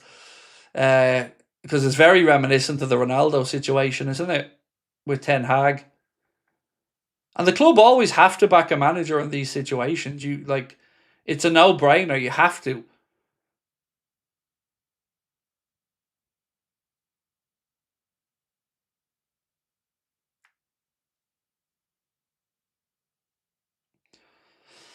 Right. Referee stopped the game. Because it was a late one there from Joe Gomez on DeMarco. And look, he again made the most out of it. Wirtz doesn't start. I would have guessed him in Jones' position. How come McAllister? I don't know, mate. McAllister is definitely the one that's in the hole there behind the front two.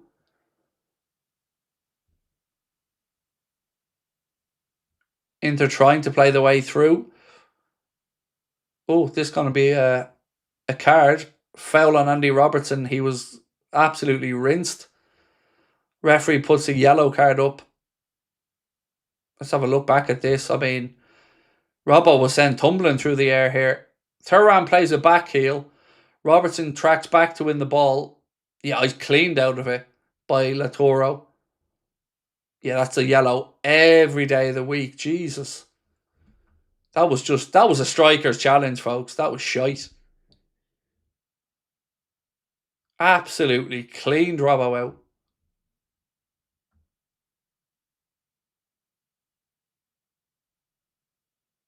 Hope he's all right.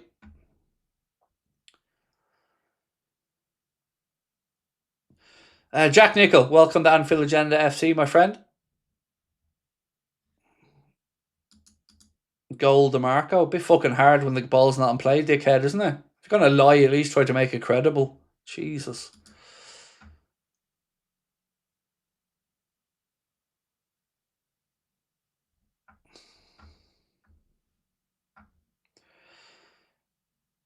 Is that not a red? I think the fact it wasn't studs up or anything like that is probably what saved them there. Because it was incredibly late. But it was kind of like shin on ankle. So I think it is the fact there was no studs or anything like that. For me, look, a yellow feels right. It's just a shitty challenge.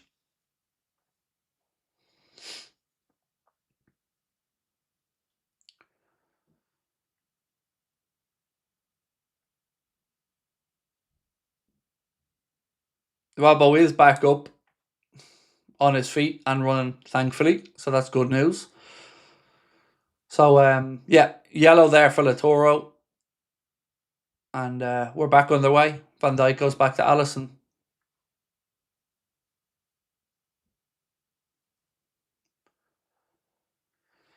Canade. Not much on there from. Goes up the line. Inter clear it. Ball drops into midfield. Barella. Centre of the park now. He spreads it across right side.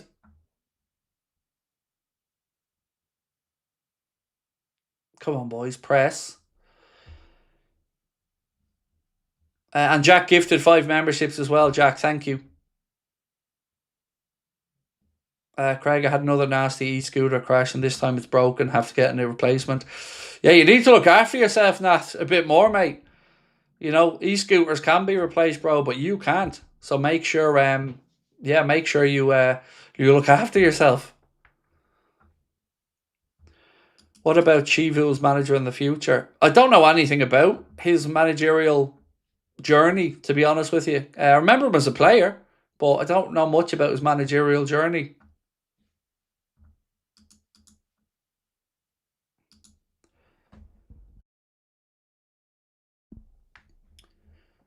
Isak, he's dispossessed. Inter win it back.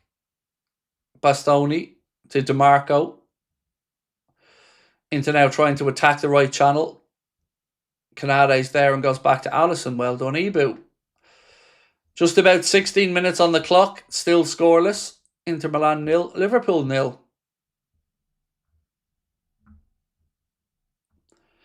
Bradley isn't suspended. No, he's on the bench, mate.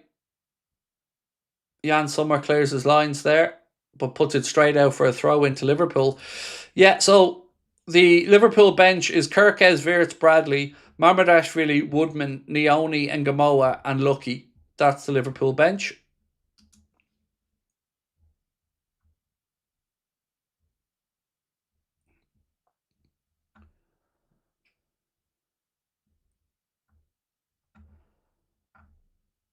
Keith said, please could we get one game Canada doesn't F up? That'd be nice, wouldn't it, Keith? Yeah, that'd do me, mate. I'll take that. Look, any result tonight would certainly be a positive step. You know, even at the best of times, you know, I'd be taking a point away at Inter Milan and not being too distraught by it. McAllister to Jones.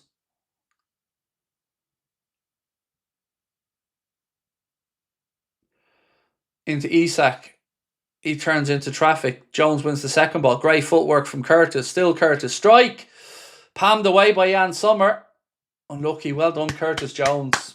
Good play. Ekitike has the second ball now. It's good footwork there from Jones. Found himself a bit of space. Right side of the penalty. Outside the penalty area. Strikes it. And Sommer makes a bit of a meal of the shot, to be honest. But well done, Jones. Ekitike now. Still in possession. Gravenberch. His strike. Again, Jan Sommer palms it away.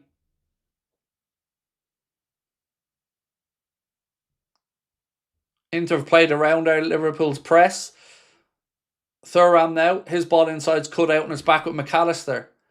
Jones. Again, lovely footwork from Curtis to get away from his man. Go on, Curtis. Out to Ekitike. Cross in from Hugo. Nobody there. DeMarco gets it on the far side. Good pattern of play that from Liverpool. Come on, boys.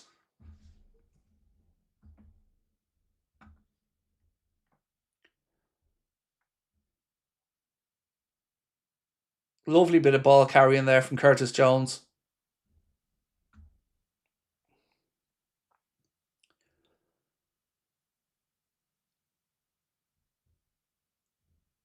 Inter clear it long. Gravenberch wins the header. Then Dom wins the next one. Well done, boys. Come on, keep this up. Jones to Robertson. Inside to Maka. Back to Robertson.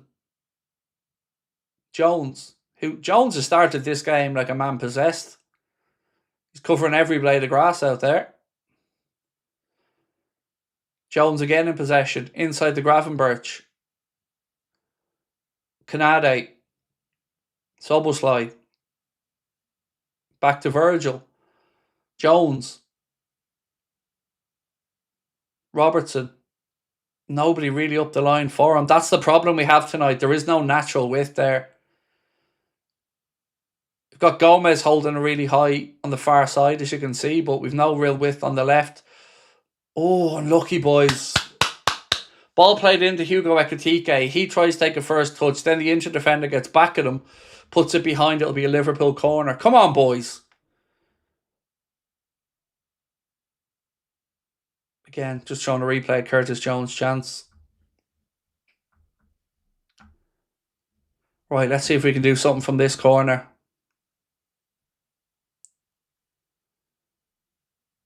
Soboslai to take it. You got to beat the first man, Dom. Don't be hitting the near post with the first man again. Right, here we go. Corner in.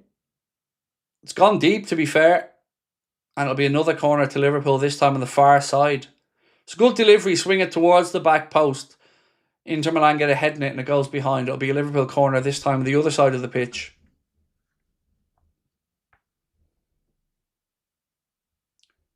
Soboslai coming across to take it on this side as well. Stephen said, Hugo's excellent decision making on the wing is everything. Cody hasn't been. I would agree.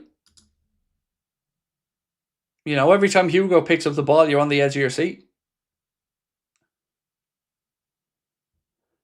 Right, here we go. Another corner. Doesn't beat the first man again. Fuck me. Gravenberch, back to Jones. Robertson with a nice early cross. Too close to Jan Sommer. The amount of... How many times on that right side when he's taken an out-swinging ball, does he not beat the first man? It happens so many times. We've had a free kick and a corner in this game in good positions, and Dom hasn't beaten the first man at the near post. Barella now for Inter.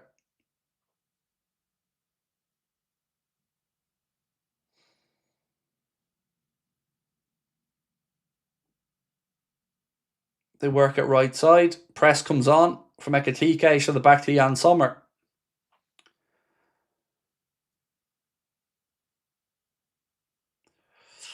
Unlucky. It's been a better start, this. You know, quarter of the way into it, and I think we're controlling the game well.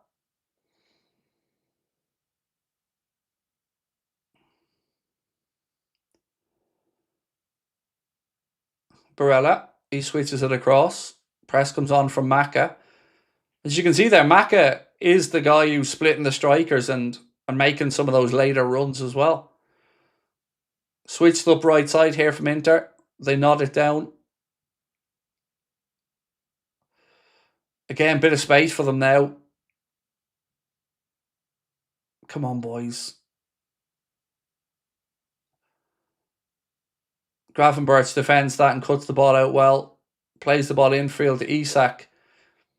He's dispossessed too easily. Come on. Inter in possession. Ball played in behind to Martinez. Offside flag goes up though. It'll be a free kick Liverpool.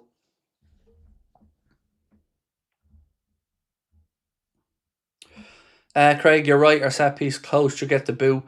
It's frustrating. Like, I hate out swinging corners at the best of times, but if you do and you're going to hit them, you've got to go deeper. You can't be just not beating the first man. Excuse me. It's frustrating. It's even frustrating if you're a centre back or whatever and you're going all the way up for the corner. You get up there, you know, it doesn't beat the first man, then you have to sprint all the way back again straight away to get into defensive shape. Robertson, his header infield is sliced up to the air by the Inter Milan player. Maka wins the second ball. Ekitike tries to flick to Isak. It's intercepted, but Jones has given a free kick away through kind of trying to hold off the challenge. His arm went into the face of an Inter player. Oh, that's pathetic. I'm sorry, referee. That's pathetic. He's gone down holding his face and he's hitting the chest. He's hitting the chest and he's gone down holding his face. That is pathetic. Absolutely pathetic.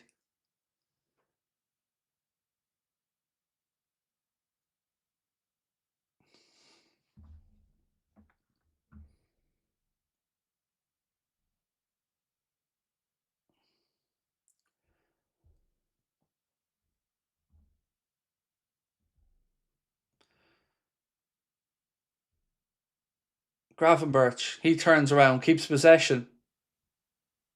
Plays it infield to McAllister. Shifted out right, which he does, to Joe Gomez. Back to Soboslai. McAllister. Dom. Canade now. There's just not much ahead of him. Ball into Gravenberch. To Curtis Jones. Robertson. Back to Jones. There's the runs. Nobody's spotting the runs. Then our lads need to get their heads up quicker. Maka and a couple of the other players had made good runs there. Just nobody's getting their head up. And now we're back with Alisson.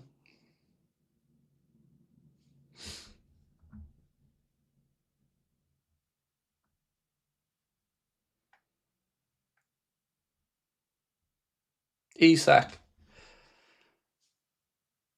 Come on, boys. They've played around the press. There's a bit of space for them here now. They've tried to put it in behind Canade.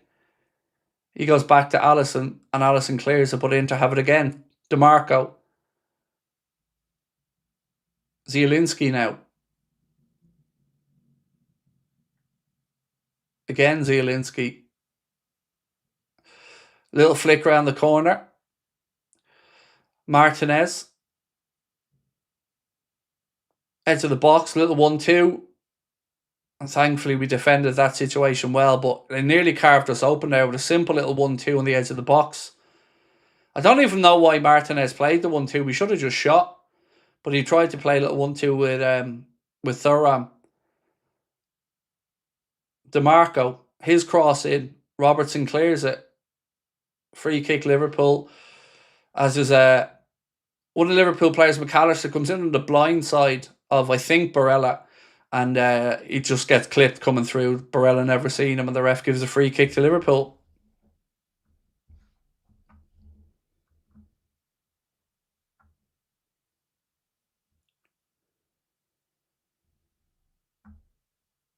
So what are we at? 26, nearly 27 minutes in. It's a fairly even game, to be fair.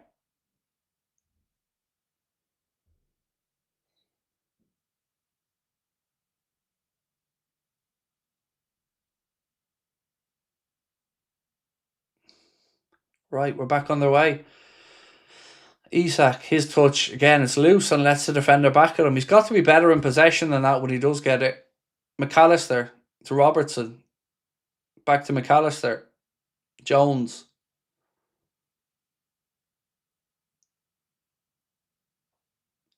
Jones goes out to Isak, who's into the left channel now. To Jones. Robertson. It's good, but there's just no path forward here. Virgil. That's a dangerous ball into Gravenberch, who does well to protect it. Robertson now. Look at Macca. Look at the space Macca's in. Oh, fuck off. Come on, lads. They're not getting their head up quick enough. Look at McAllister. He's in between the lines there. Nobody's getting their head up.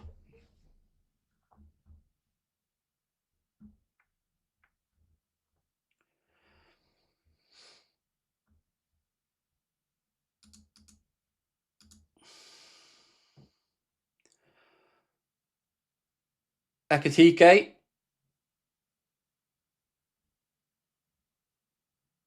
Ball fired across. Keeper palms it and it goes behind for Liverpool corner.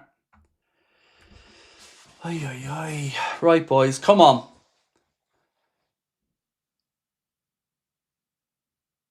Inter were appealing for offside. Flag never went up. Ekitike goes down the right side of the penalty area. Fires across. Cross comes shot. And Sommer palms it behind for Liverpool corner.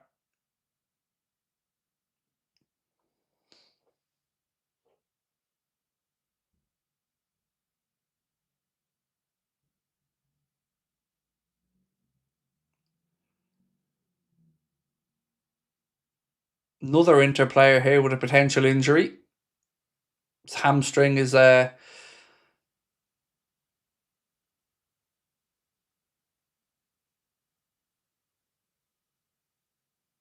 I think it was when he slid there to pull out the challenge on Ekitike, because he knew if he goes to the ground there and he doesn't get the ball, Ekitike is getting a penalty. So he pulls out the challenge and I think hurt himself in the process.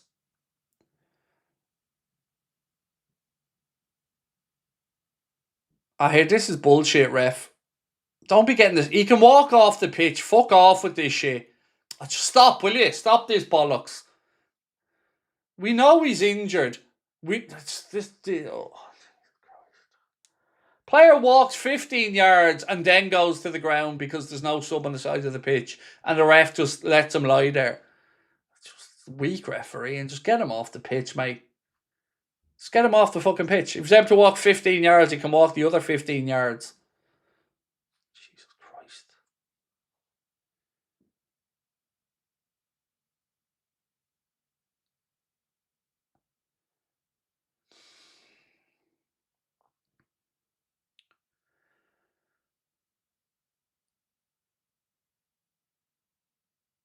So eventually he is going off. It's a Serbi who's off, and Bisech coming on.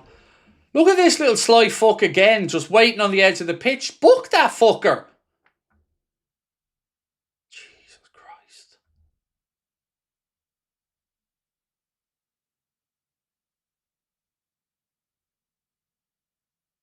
Craig, this will be the first Christmas since I religiously watch every match day stream. Can't wait. Appreciate your support. I hate that we're not playing on what we call St. Stephen's Day. You call Boxing Day. There's only one game that day. It's United. Right, anyway, we eventually get the corner. Soboslai over it. This better. Bit of height on it. Goal, 1-0 Liverpool. Inter Milan appealing for a handball. Canate with the goal. Hopefully there is no handball. Inter are appealing for it. Canate doesn't look too confident if I'm reading his body language. He doesn't look confident. I think he knows this is wrong. Let's have a look. I don't know. It doesn't look like there's much wrong with that. Ball in. Oh, it comes off Ekitike's hand. It looks like it comes off Ekitike's hand in the build-up. It does come off his hand. Canate would have got the goal, but I don't know if this is going to be ruled out or not. They're having a look at it. It comes off excuse me. Canate did nothing wrong. There will be a goal check. It bounces off the arm of Hugo Ekitike, and we just await the VAR review now. Somebody said Canate was going to score in the chat, by the way, so credit that person.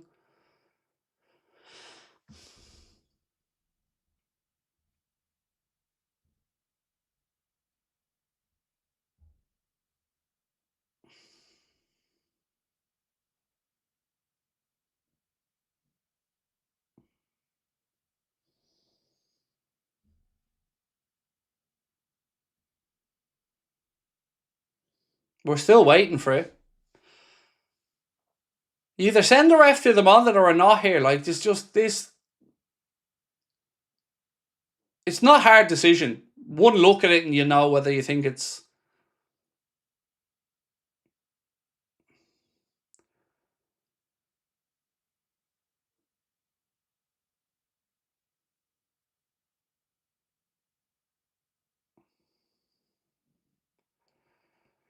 How are they still looking at this? This is a piss take. It doesn't take this long to look at it, like. Everyone's still waiting.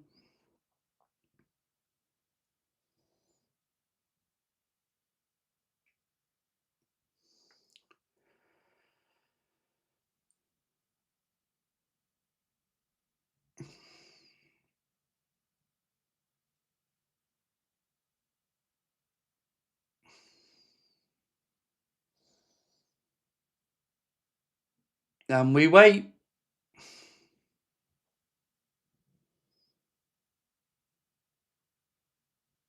And we still wait. Jesus Christ.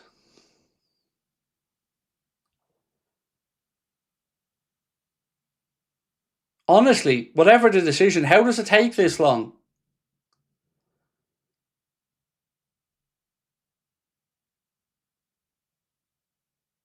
We're still waiting.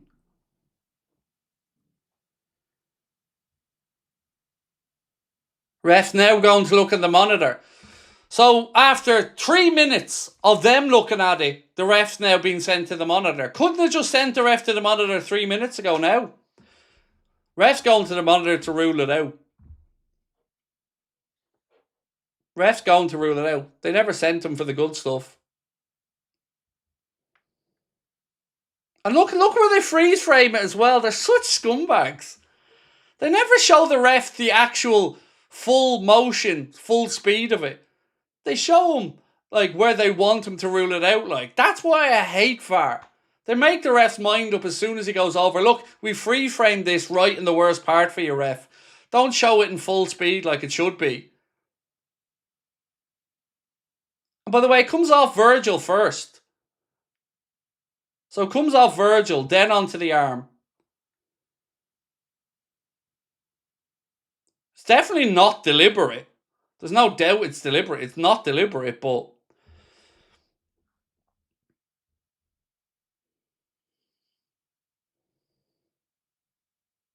handball ruled out. Fucking scumbags. Goal ruled out.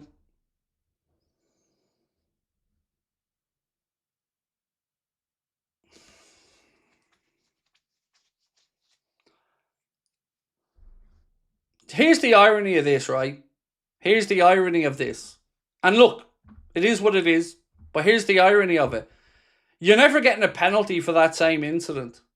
And that's where the handball rule is hypocritical in my opinion.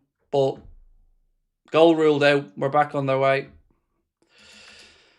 They're wasting their subs anyway. So chasing vlogs and Huff, thank you.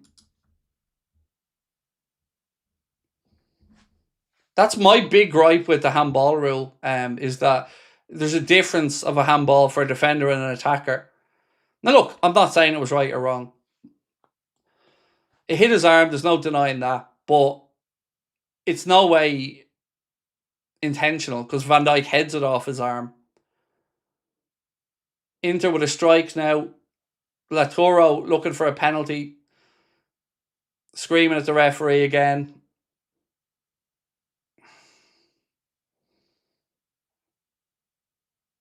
I think it comes off Verge's knee, doesn't it? Inter appealing for a penalty now. No, referee said nothing doing there.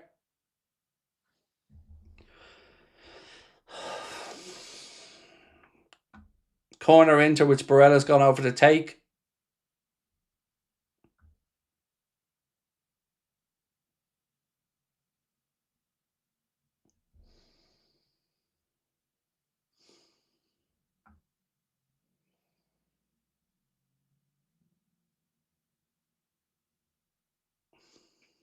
Inter, second fade, cross in. Virgil heads it away. Ekitike fluffs his clearance and then gives away a fucking free kick. Similar situation from earlier on. He comes in on the blind side. You can't book him for that, you fucking moron. You can't book him for that. That's it. This referee's an idiot. Honestly, this referee's an absolute fucking pancake. How are you booking him for a challenge from somebody coming in on his blind side? And he's clearly... Oh, fuck off. I don't even know what to say anymore. Absolute fucking spoofers.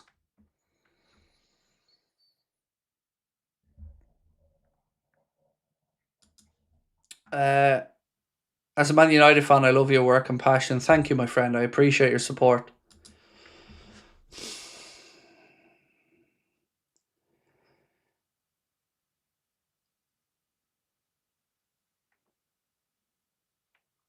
So here's a question, right? Whatever side of the handball you're on, do answer me this if you can. Do you think you'd get a penalty for that handball?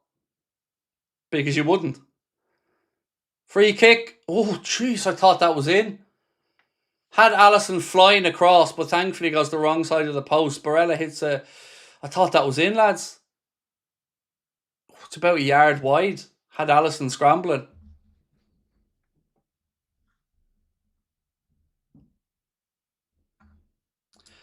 How are we playing? Do you think we have a win? We're playing okay. To be fair, we're certainly in the game. Yeah, we're certainly in the game.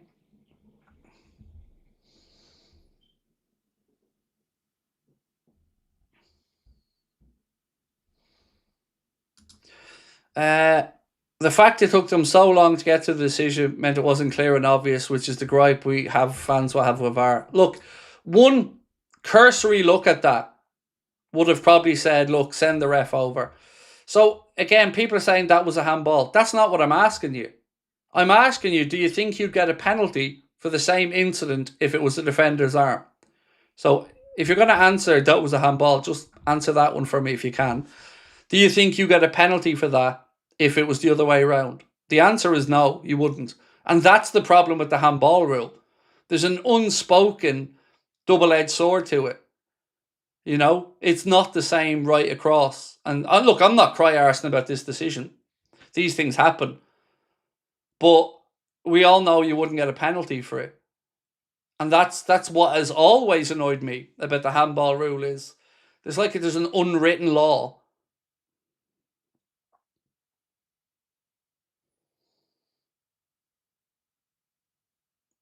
Hat-trick by Chiesa in the second half. Well, he ain't in the country, so be doing well to get a hat-trick when he's not even in the country.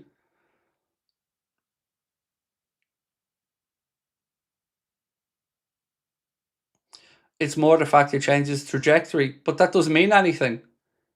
because it was headed onto his arm. So changing the trajectory means nothing. Because he was here and it was headed from there to there, or wherever part of the arm you think, and then it goes over. So there's no law that says anything about changing the trajectory.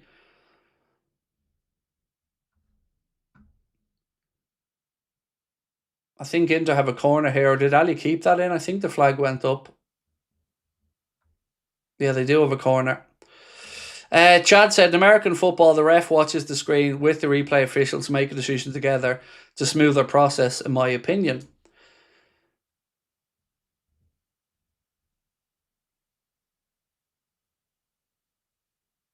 Ali gets a hand on that. Jones Jones with the second clearance. Gains an advantage from the handball. You're not answering the question that I asked you. I asked you, do you think you get a penalty for that if it's the other way around? Oof. Strike thankfully flies over the bar.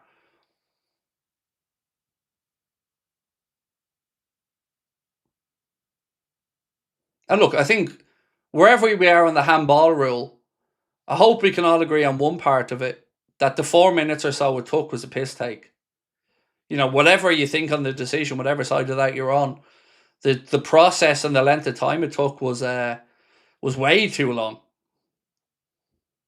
Oh, and by the way, get prepared for some more fuckery for the World Cup, because regardless of the temperature inside the stadiums, every game in the World Cup, every game is going to have a heat break and a water break at 22 and a half minutes into each half. Every game. Why is that? You know the answer now, don't you? You know the answer. It's so they can squeeze in an ad and they can bastardize football some more.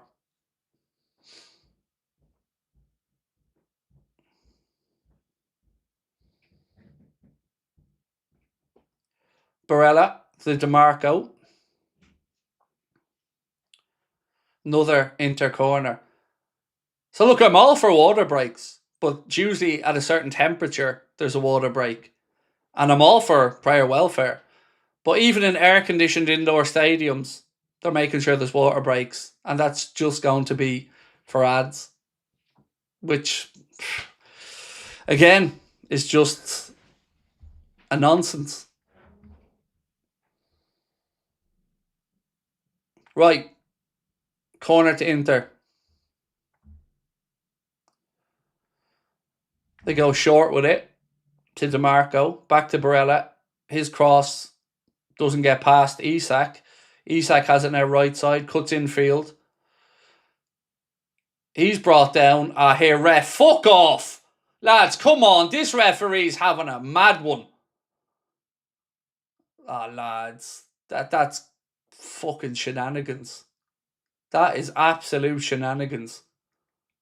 Fucking referee's an idiot. Isak's fouled right in front of him and the cabbage just waves play on. He's an absolute space cadet.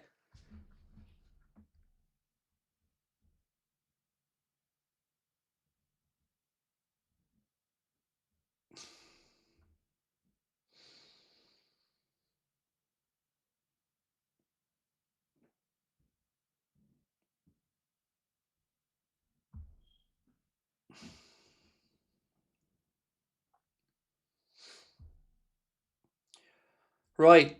What's the stoppage time? 7 minutes. 7 minutes, folks, at the end of the first half. 7 minutes stoppage time.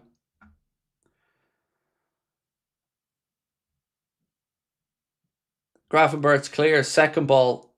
Kanade has it. Now it's with Gravenberch. Plays it up to Ekatike. There's nobody with him. He's kind of on his own. Great footwork from Hugo. Needs some support, boys. Come on. Well done, Hugo. Eventually he's crowded out.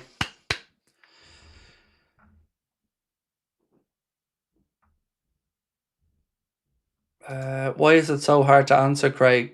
Question. No. Headed onto his upper arm, 6 inches away, never a handball, said Joker Gaming. I know, mate. Like I said, you wouldn't get a penalty for it. This is what winds me up about handballs, is there's like an unwritten rule that it's handball differently for an attacker and a defender. Says your uncle Iqbal's been a busy man, hasn't he, Huzzy? Outside Ellen Road, waiting for everyone out. Now he's outside the Giuseppe Meazza. He's a busy fella, your uncle. Robertson. Back to Ali. If you can, folks, do hit that subscribe button if you're new to the channel. Welcome in. If you are just joining us, there hasn't been much goalmouth action in the game. Canada had put the ball in the net, but after a lengthy VAR review, it was ruled out for a handball in the build-up.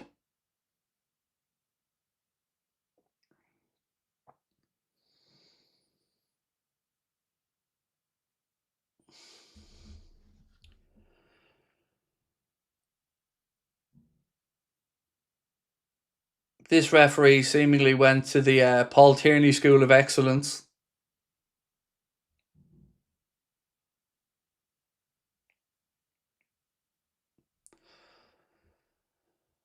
Virgil.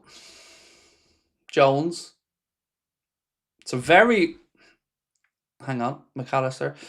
It's a very unbalanced performance because we're not used to... Like, the effort is there. The players are putting in the effort. But you can tell that this formation is alien to the way that we're used to playing. Because they really aren't sure about so much of the second movements off the ball. Or to get it up in and around to help out the two front lads. It's given us a bit more solidity, but it definitely limits us from an attacking sense.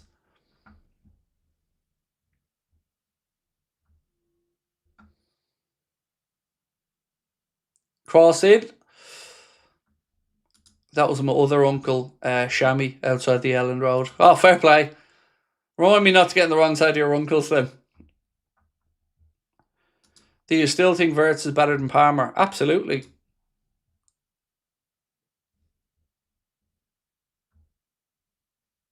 The English hype around Cole Palmer, mate, I don't buy into because I'm not English.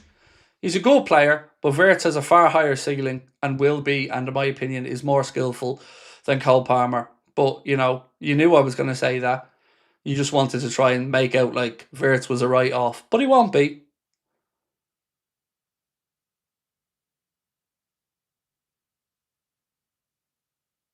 Shot again, straight at Allison. Well done, Ali. We've had 4 minutes now nearly of the 3. A bit random, but I feel sorry for Wolves' bad times, said Lloydie. Yeah, it's must be tough sledding for their fans at the bottom of the league, alright? I hope everyone can see how weak Grav is as a DM. I don't think that's ever really been a question. You know, for the attributes that he does have in midfield, as a DM, winning the ball ain't really one of them, but he is very good at resisting the press in tight areas in the middle of the park, and he would probably function a lot better alongside a natural DM.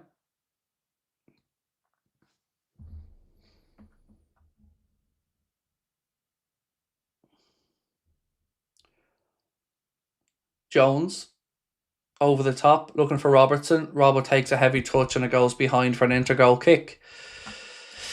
Cormac, how are we, sir? I ain't a Liverpool fan, but why do you play better in the Champions League than the Prem? I couldn't explain it, Cormac.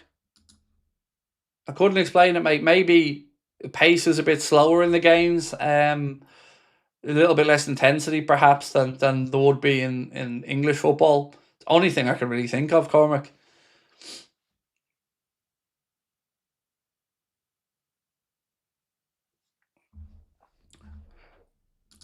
Look at this fucking idiot. Have you heard me cry about any decision today, dickhead? You're another one of them arseholes that just doesn't like Liverpool and wants to just find any way to belittle us. Grand, no problem. Cheers for the money. But you haven't heard me moan about anything. You just already don't like Liverpool and want to bitch about us. Cool. Cheers for the money. Oh, good save, Ali. Cross in. Latoro gets the header and it's saved.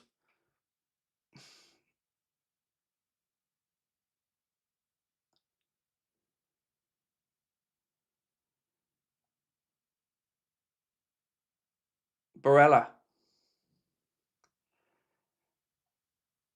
Ali saving us, bailing us out there again. And by the way, mate, every football fan cries over every decision they don't get. No club's any different to the other. Every football fan cries about a decision their team doesn't get. That's football. Do you think if this was, I don't know who you support, United, Arsenal, nobody, I don't know, that you wouldn't be there cry arson about it? We're hypocrites. We're supposed to be. We're football fans. That's the rule.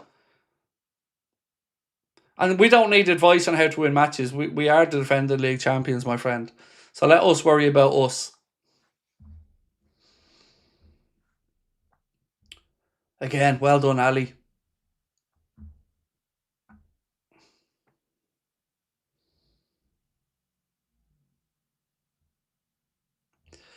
Owen, how are you, Owen? So we need Gay ASAP. Couldn't agree more, my friend. Couldn't agree more.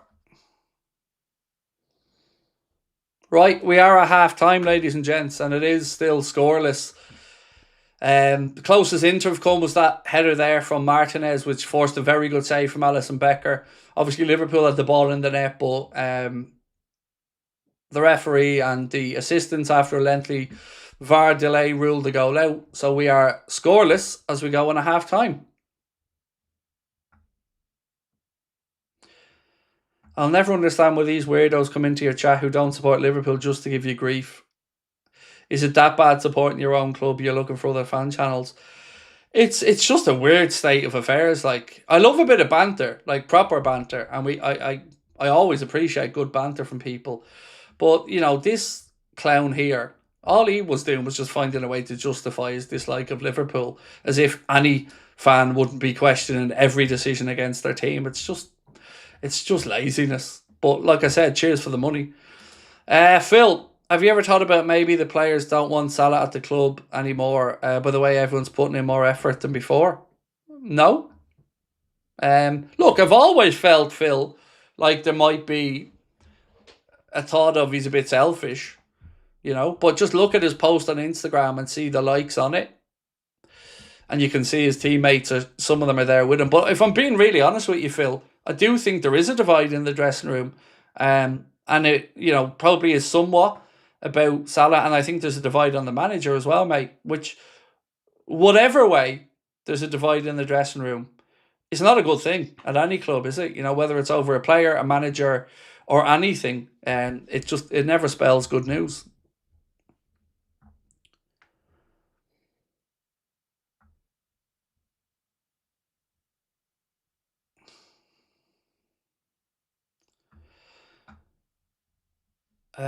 Right, where are we? This one. Chad said, it gets hotter than a jalapeno-induced turd in the summer in the States. I feel bad for the players. Drawn indoor arena is a huge advantage. Yeah, it absolutely does. And like I said, Chad, no problem with cooling breaks when the temperature dictates it. But even the journalists that were covering the story last night were kind of just feeling like it's a way to shoehorn in ads, basically.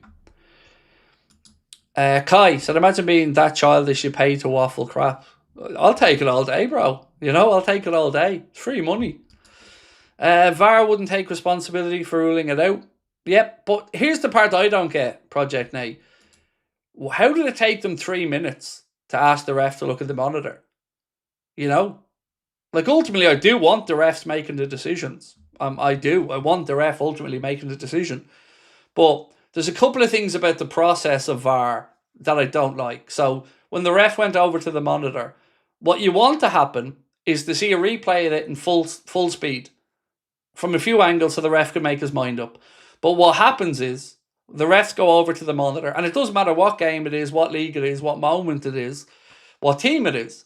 The ref goes over and they have the screen paused at the worst aspect of it. So if it's a challenge, it's on the worst millisecond of the challenge. If it's a handball, it's on the worst part of the handball.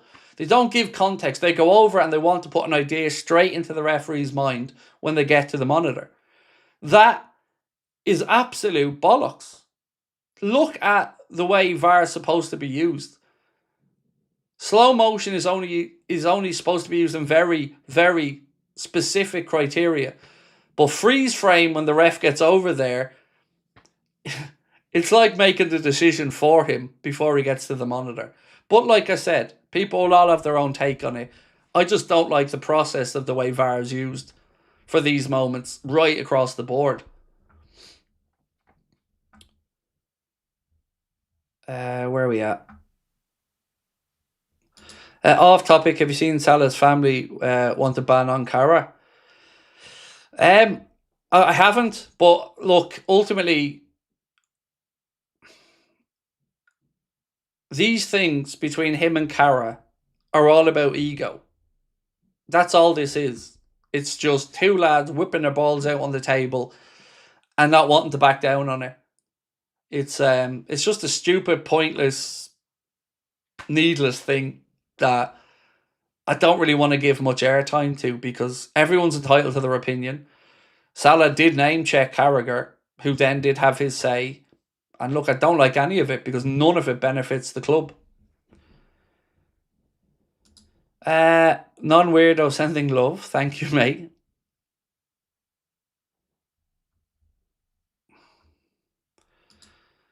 I don't know what this means. You support Chelsea, but it came to support him, not LFC. Oh, I don't know who you're talking about, mate. Sorry.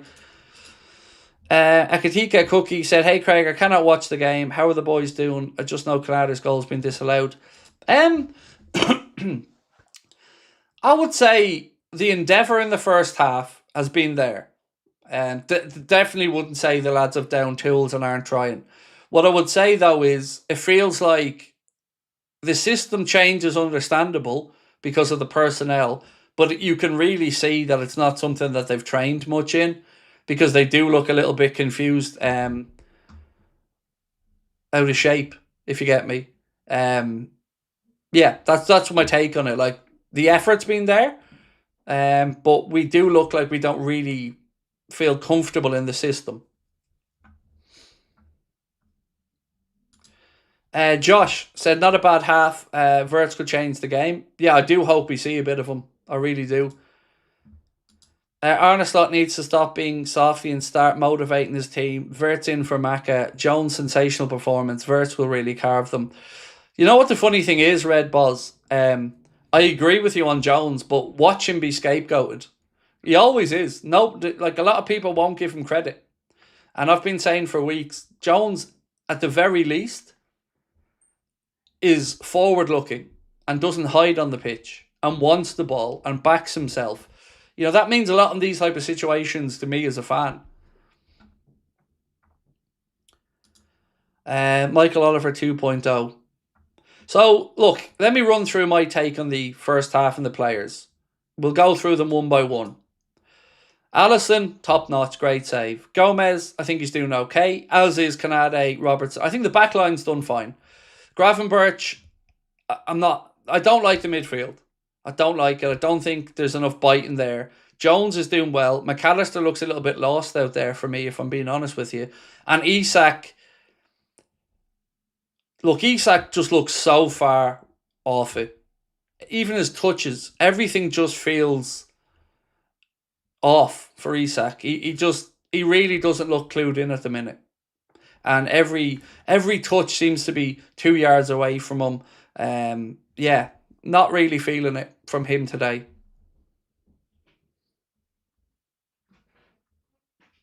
What system we playing? It's either a variation of a 4-2-2-2 or a 4-3-1-2. Some variation of that.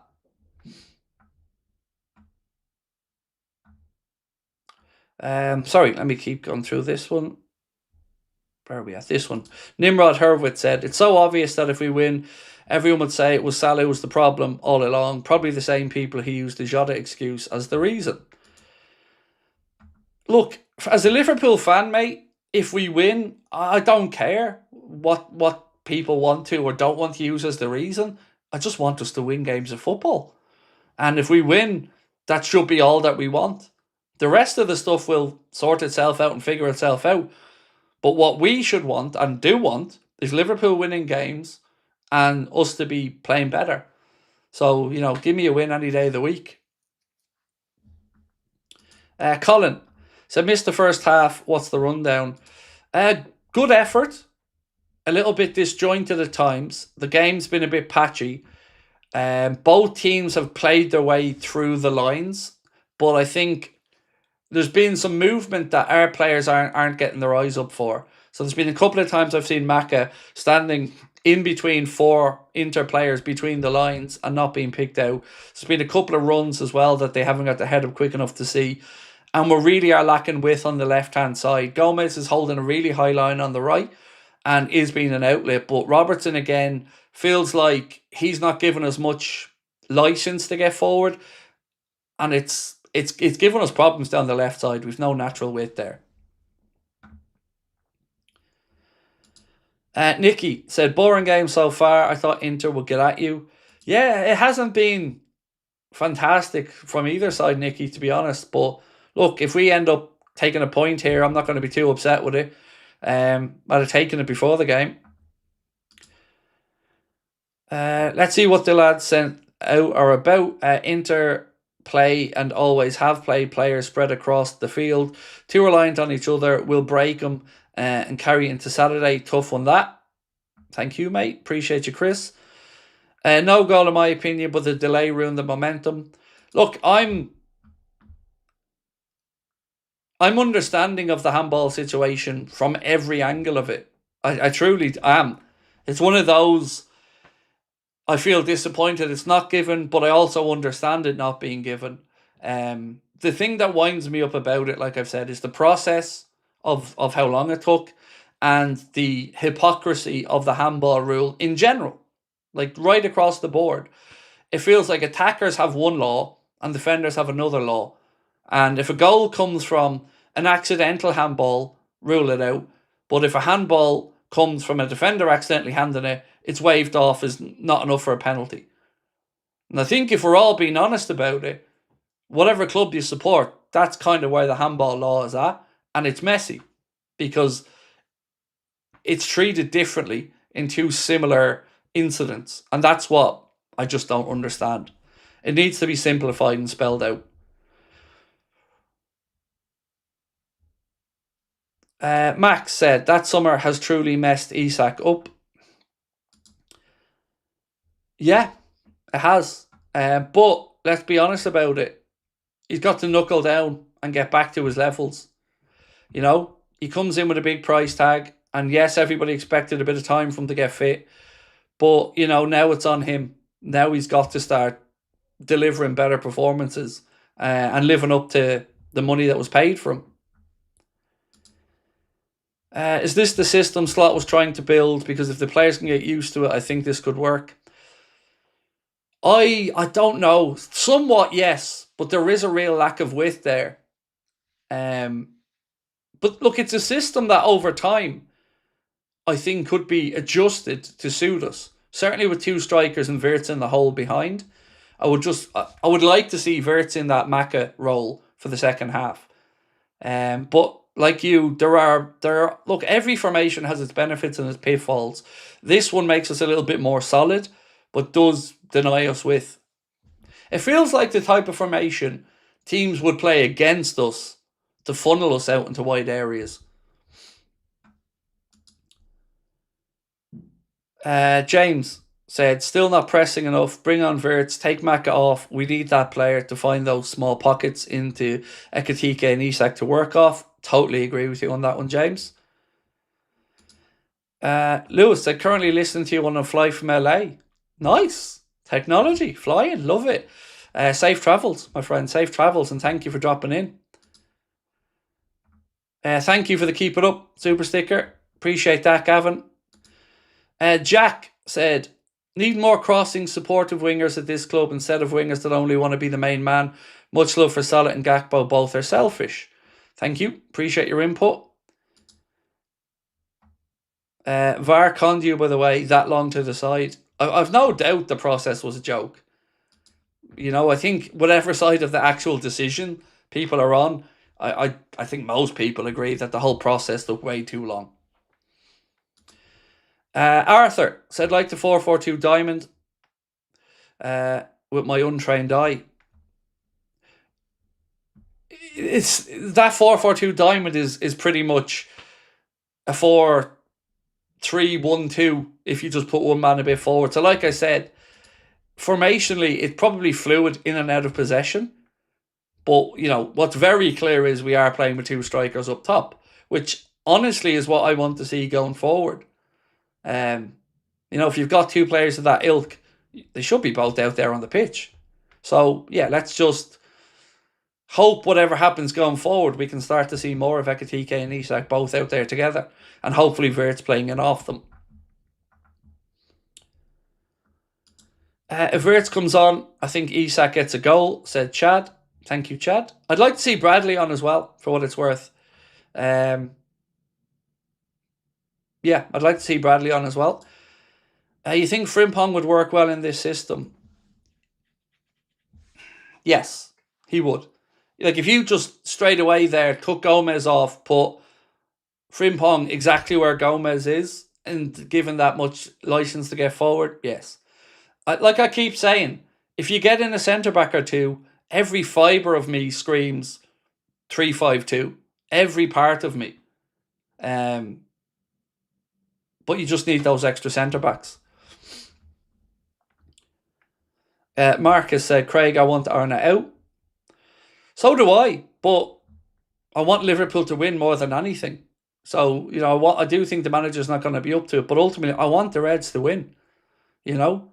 That's my first emotion in all of this. Don't spend it all at once. Thank you, Tia. Appreciate you. Love your name, by the way, as well. Tree Stripe Liverbird said, this time next year, we're still going to be waiting for Isak's fitness. Well, that'll be on him at that point, in all honesty. Macca's bad form is going very much under the radar, said Nessie. Thank you, Nessie. Connor's been bringing that up on our podcast quite a bit, to be fair, to Mr. Crosby. Right, we're about to get underway with the second half. Here we go. Second half's underway. Yeah, on that, Nessie, Connor has been mentioning, we have been discussing it a bit on the podcast. Right, Inter immediately try a long ball forward to go straight through to Ali. Maka needs to see those spaces Isak's opening up. Definitely. And that's where it is screaming out for Wirtz in this game. It really, really is. Right, press comes on from Liverpool. DeMarco now under pressure from Gomez. Come on, Joe. Keep going, Joe. Don't foul. Don't foul, Joe. Don't give him an easy out. Well done. Fuck off, ref! That referee is such a homer. Honestly, every decision, every poxy decision. How is that a free? How is that a free? All that is Latoro being a bitch. That's all that is. Bitchery. LFC recruitment's a joke. Now Virgil's 34 and Canada may be going not to buy 3 defenders. I agree, mate. And even leaving it so late in the window for Gay was it was just silliness. Oh, Isak. Keeper's kind of made a bit of a mare. Isak strike. Dragged wide. Fuck. Sommer played a shocking pass out. Isak intercepts it. Has to take himself a bit away from goal though. But his shot's shocking. That's actually shocking. Like, what was that? 5 yards wide? From the edge of the box? Fucking hell. Right, we're coming up to 47 minutes, at which point I will sync up. So we are now at 47. And 1, 2, 3, 4, 5, 6, 7, 8, 9, and 10. If you can, folks, do please hit that subscribe button for me if you're new to the channel. Welcome in. We're closing down towards 365,000 subscribers. Every one of you makes a big difference. Right, Martinez on the attack for Inter, left side. Liverpool have plenty of bodies back. Ball breaks to Barella. He goes deep, but too deep, and the Inter player can't keep it in play.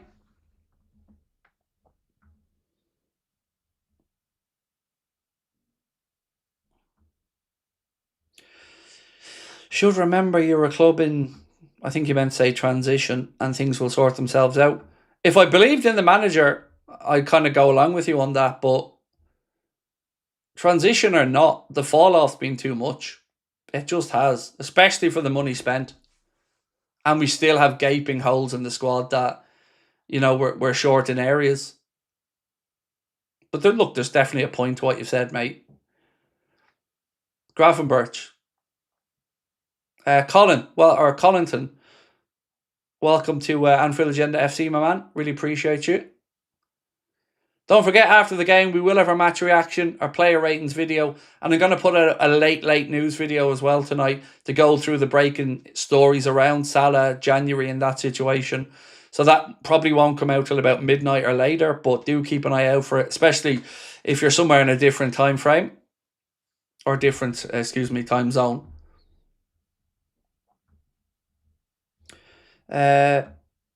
Holzer said, dreaming of Wirtz coming on and getting a goal or an assist. That would be delicious, mate. Chelsea, TOTT and Liverpool getting wins could make a bit of a change. Latoro, it's a good reverse ball into the channel. Canade's getting back. Does well. Does enough. Canade getting back to force the issue. The cross comes in and it's no use to Inter, and it's kept in on the far side. Gravenberch now. Lovely ball between the lines to Szoboszlai. He goes out left side to Isak. Right, where's the runners? Come on, bodies forward. Isak slips it in to Jones. Jones out to Gomez. Gomez with a cross, but it's fucking overhit and it goes straight behind. Great build-up play. Lovely ball from Gravenberch to Szoboszlai. Again, we get the bodies forward, but it's just that last ball from Gomez was just so far off.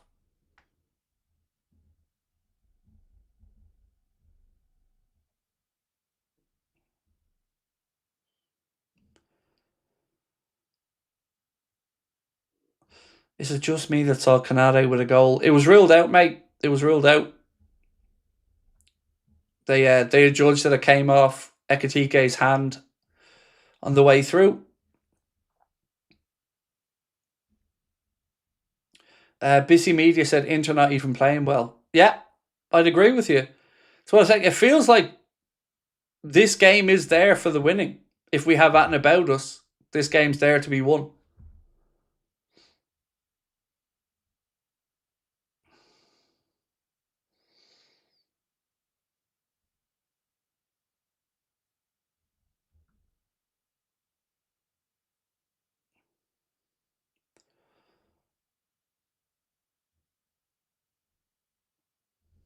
Right, Inter in possession, Mkhitaryan. DeMarco, back inside to Zielinski. Back out left side to DeMarco.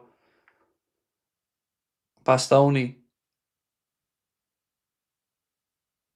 6 minutes gone in the second half, still scoreless.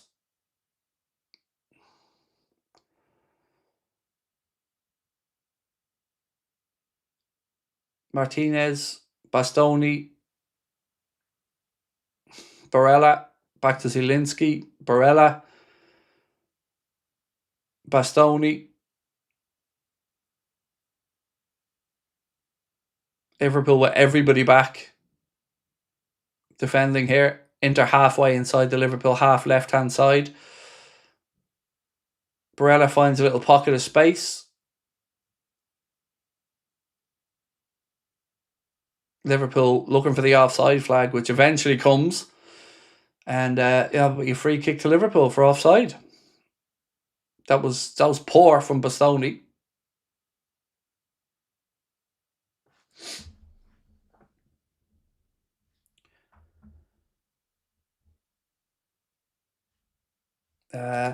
Was Arna lucky with Klopp's squad last season?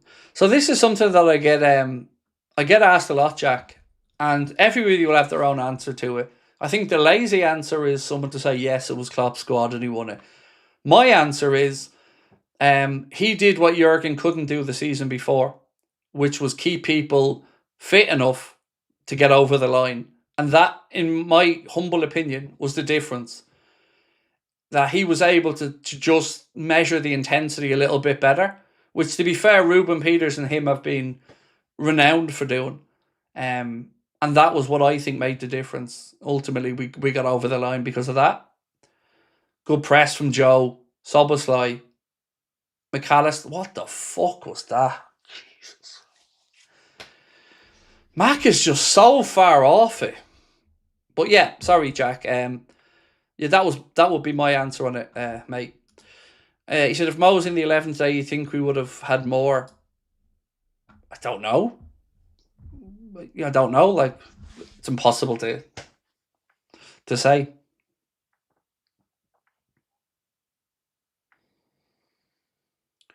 Look, if we get Bradley and Wirtz on this pitch, or Kirkes and Wirtz, the energy levels, I think we could swarm into here. There's a winner in this.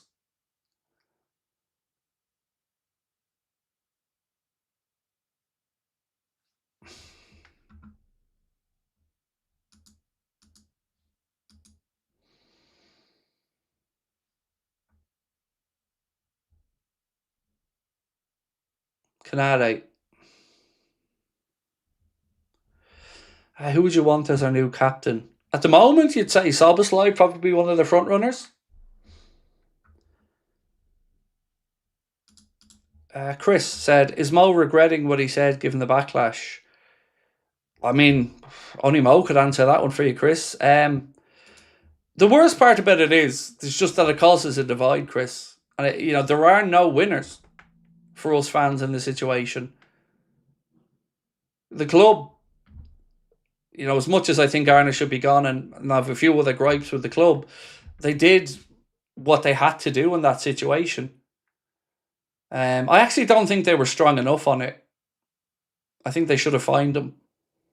But it doesn't mean there aren't some points to what Mo said as well. And I do feel that dressing room is somewhat split.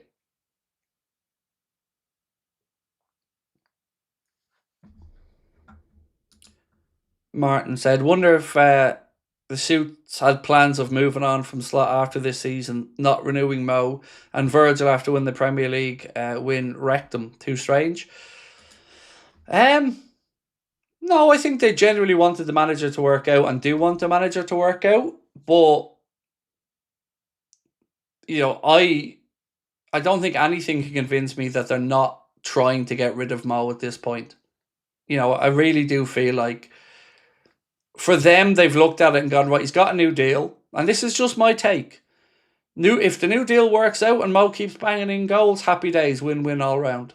If it doesn't work out, which I don't think would have been, Michael Edwards' first instinct probably wouldn't have been to renew, then I think they think, right, we get a fee and we get him off the books. And that's what I think is happening. I do think that they want to sell him. And I don't think that anybody has covered themselves in glory with the way this has all come about. And for me, I think it could have been handled more respectfully all around.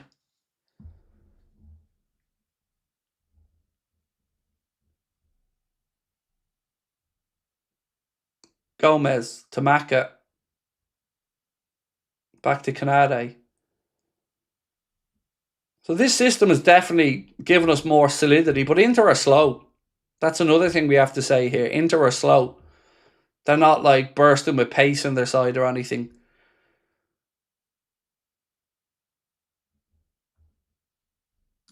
Jason Vlog said, imagine Gomez gets his first goal. I feel like we've been saying that for quite a while. And yes, of course, we'd all love him to. Another yellow card here. Szoboszlai gets fouled. Yellow card to Mkhitaryan.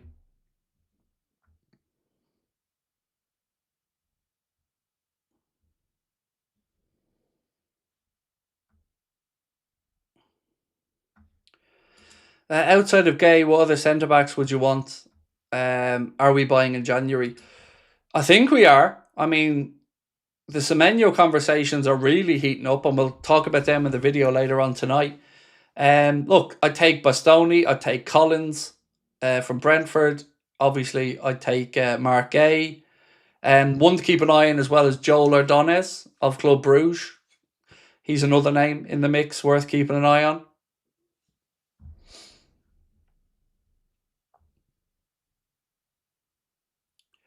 Jones.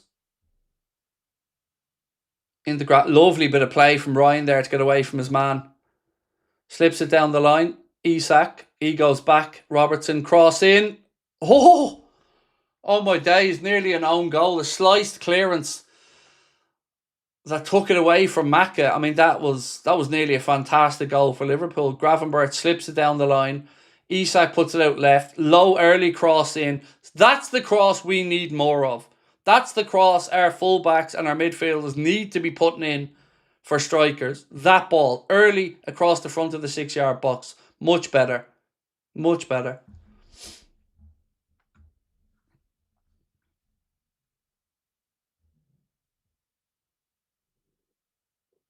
Long throw in from Gomez. Good throw, that.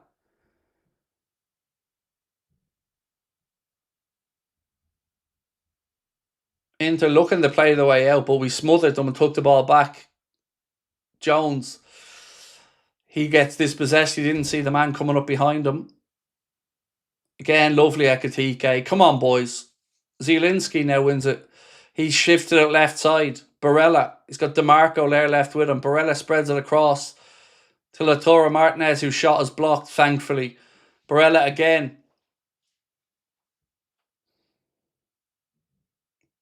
Cross in. Gomez. I should have been given a shout. Fuck's sake. Lack of communication there. Gomez heads it behind because he doesn't know what's behind him, so he puts it out for a corner. But yeah, any better communication, he could have headed that back to Alisson. In to take the corner short. DeMarco cross in. Goal kick.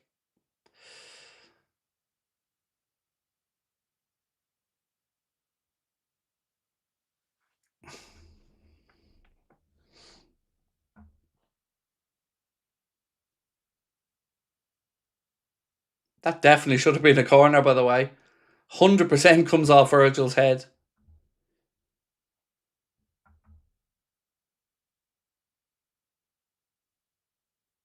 Yeah.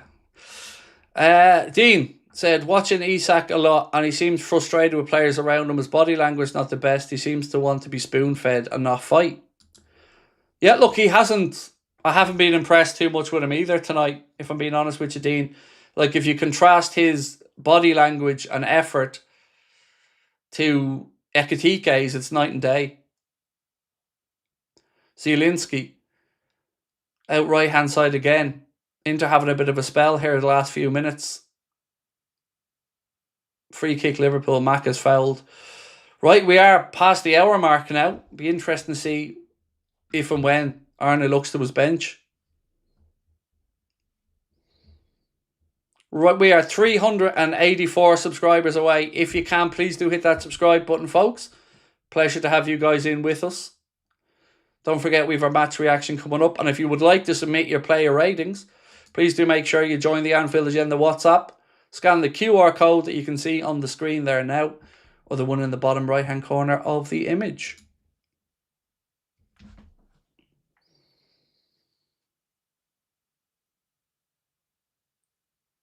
Inter, little 1-2s, plays it through midfield.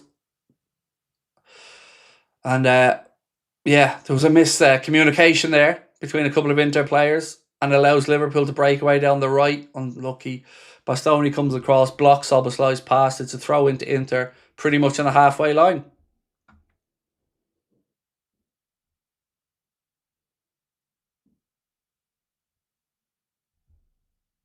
Canade to Gravenberch. Szoboszlai.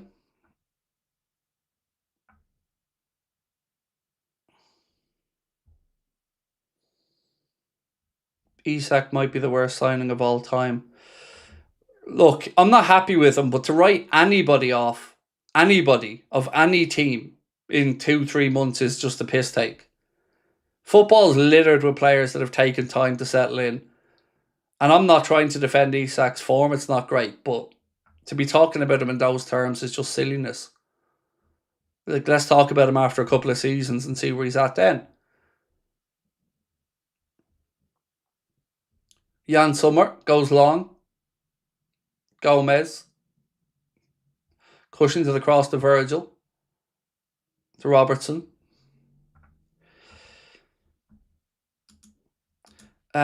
Is Cara ruining his legacy? I agree with some, by the way. Again, I think that's a very individual question. So, I know a lot of Liverpool fans, and they're probably half and half on their take on Carragher. Some find him annoying, and some find him interesting.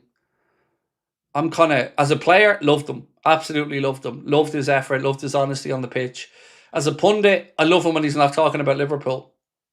Honestly, when he doesn't talk about us, I enjoy listening to his punditry. With Liverpool, I feel like sometimes he's a bit hit and miss.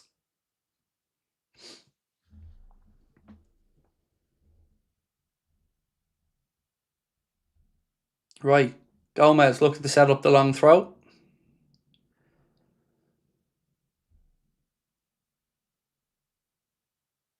In it goes, headed away by Zielinski.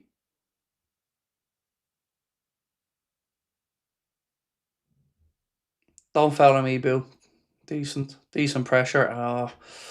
Zielinski, now you need to get back into position, Ibu. Come on. Barella into attacking down our left. Cross in, headed away by Soboslai. Inter win the second ball though. Thuram, he cuts inside. Strike, drags it wide. Goal kick Liverpool. Chris Willow said, it's early days and I feel bad saying it, but given how he's just acted, could it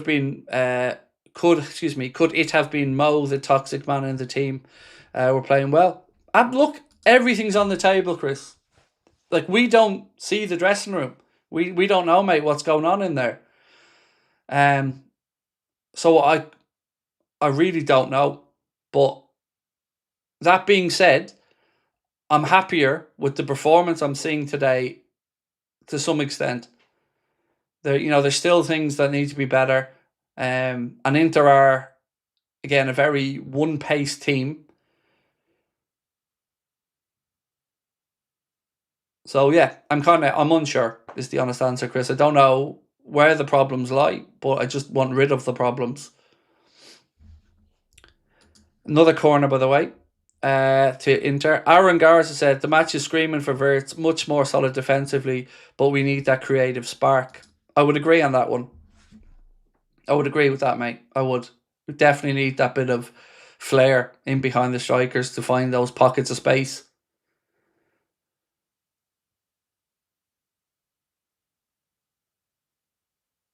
Right, here comes the corner. DeMarco to take it. It's cleared by Grafenberg. Second ball drops to Barella. Strike. Ooh. It's one of those you don't know if it's going a mile wide or flying into the top corner, but thankfully it flew wide. Let's see how far away it was.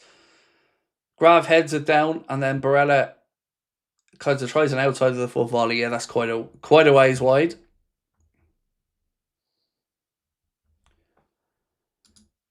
We've done Aaron's one. Eddie said, nothing will change my opinion on the manager. Look, I think Eddie, this is just me, bro. If we close our minds off in life to any possibility of changing it, our opinion, I think that's foolish of us as human beings. That being said, I still do want the manager gone, but I'm open to being won back around. And me being open needs a combination of the players doing more of what they're doing and some more tactical nous from the manager. So at the moment, I'm definitely on it out, but I'm open. I'm open to being won back around. So Bradley and Wirtz coming on, I like these changes.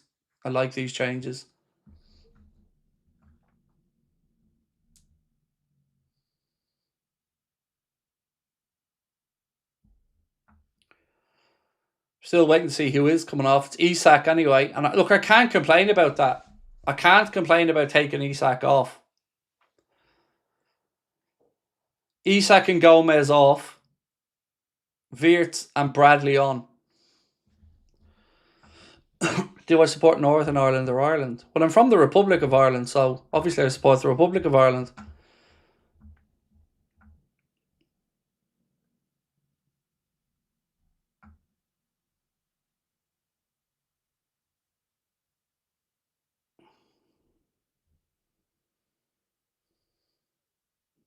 Right, let's see shape-wise what we're doing here.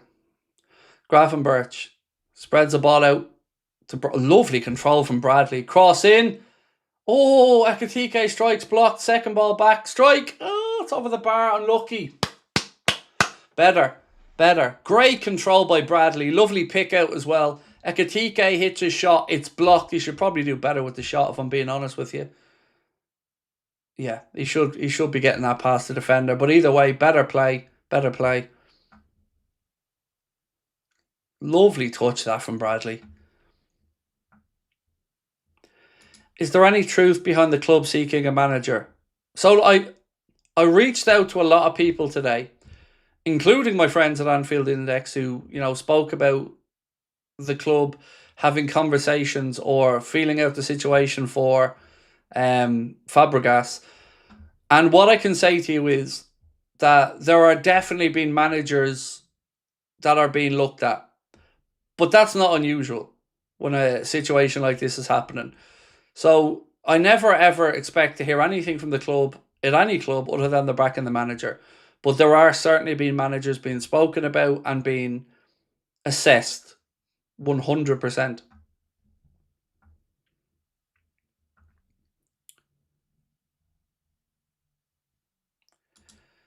Lecton said, disappointed by strike partnership, no chemistry. I agree on the no chemistry, but you need repetition for that as well.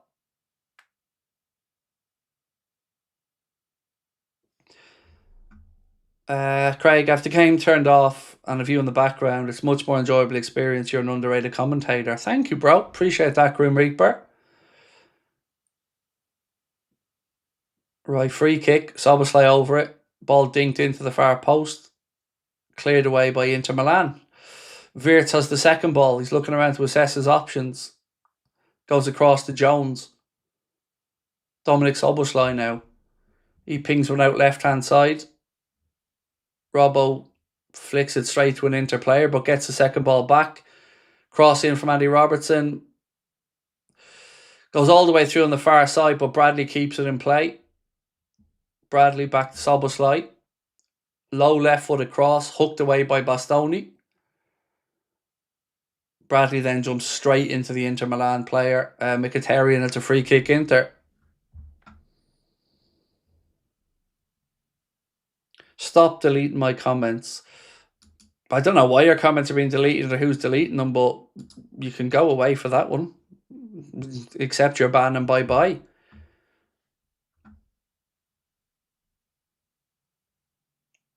Our moderators are following instructions, and if they see spamming comments or abusive comments or fake scores, they'll ban you. Now, I don't know why your comments are being deleted, mate, but I do know that you could have gone about it in a nicer way than the way you did, so bye-bye.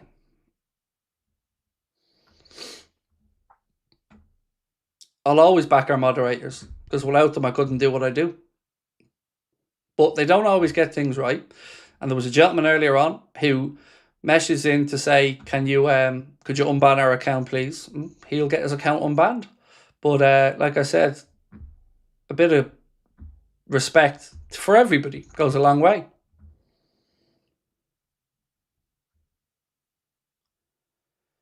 How's your day been, mate? Keen, mate, if I told you, you honestly wouldn't believe me. You really wouldn't believe me, bro. It's been a day that I never expected when I woke up. Yeah, it's absolutely astounding, like, how weird it's been. I've stopped all work on the office for now, or the shed, all of it, stopped it. But yeah, it's been. I can't tell you what happened today because it's not my story to tell. Yeah,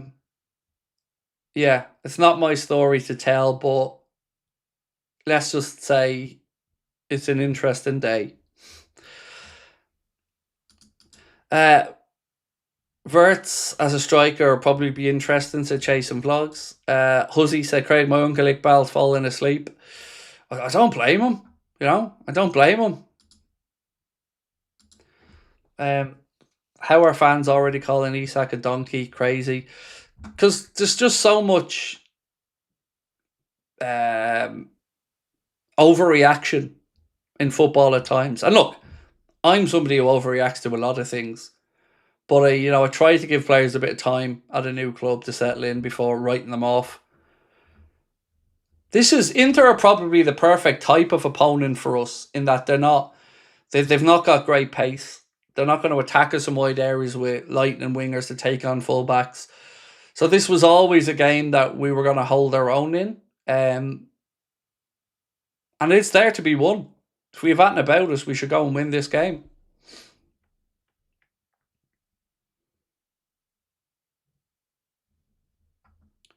Thoughts on Enniskillen? I truly don't know if I've ever been to Enniskillen, excuse me. I actually don't think I have been to Enniskillen.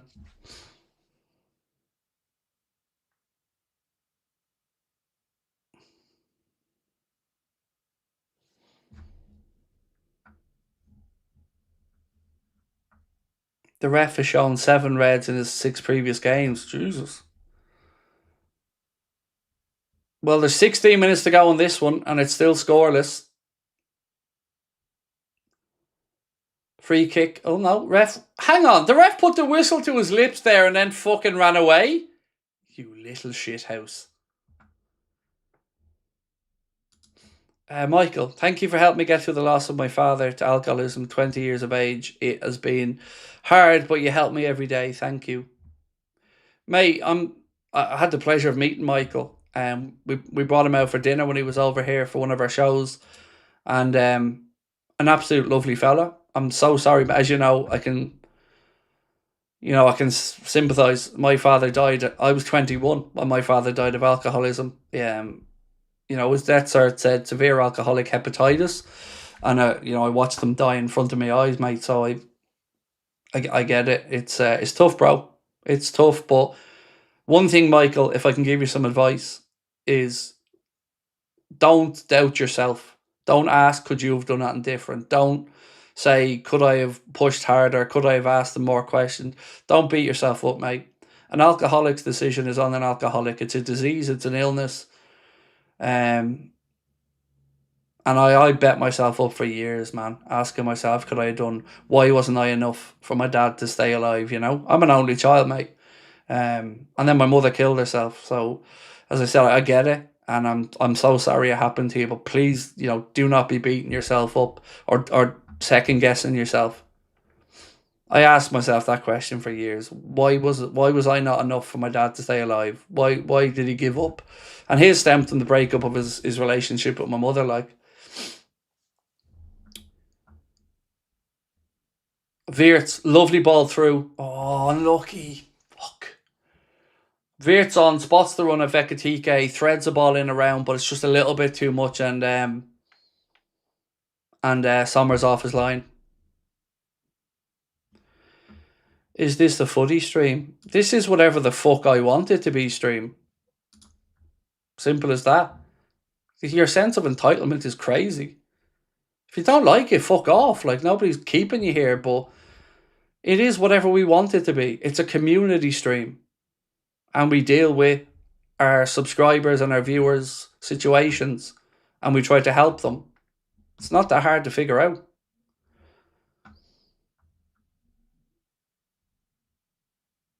And one of ours is hurting. And, I'm here for Michael.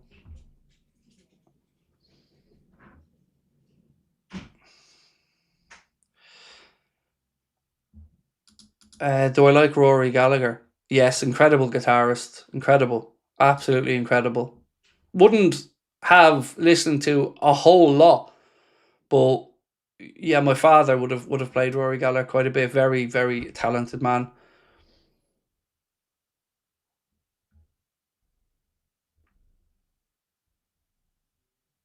Robbo, 12 and a half to go.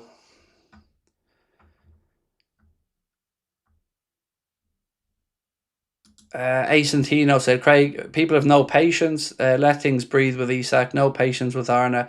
He needs to be out. Shankin said, United fan here. Massive respect for you, Craig. You're just awesome. I'm sorry to hear about your experiences. Breaks my heart. Thank you, man. Look, that's what I've often said. People I think they're going to come on here and break me with a bit of trolling or threats. They don't know what I've been through in life. And I look at every day as a positive now. I went from being pretty much homeless, locked up in a stress clinic for drug-induced psychosis, having 100 grand's worth of debt when my taxi business went through the floor. And thanks with my missus, and I clawed myself back bit by bit, day by day. And yeah, now we're here. And my dream was to buy this house that I live in, and that's in the process of happening. And I wouldn't have that without all of your support.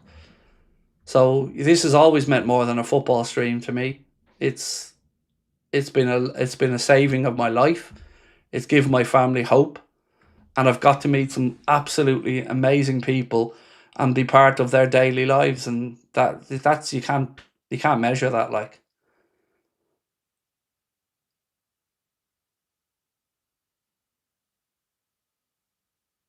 Bradley. And also, what else could I do? I can't give up. I have kids. They need to see that you don't give up. And I need to be the one that breaks the cycle in my family, and I will. Soboslai. Bradley. And also, I got fucked out of my inheritance of about 450 grand as an only child. And that stung like a motherfucker, I can tell you. But especially when hadn't got 2 cents to rub together, and you lose out on your father's hard work and someone else gets that inheritance. It fucking killed me. Unlucky. Bradley has a shot saved by the keeper. Very close to the breakthrough. Wirtz, who has made a difference since he's come on, back to Bradley. Soboslai to Robbo. Back to Grafenberch. 10 minutes plus stoppage time to go. Chad said, how many times Arne point to his head in a game? And what's the over-under? I don't know, but quite a bit. Although, to be fair, man, some of the body language managers use on the sidelines, and I'd probably be the same, is it makes no sense. Like, Guardiola has some mad ones as well.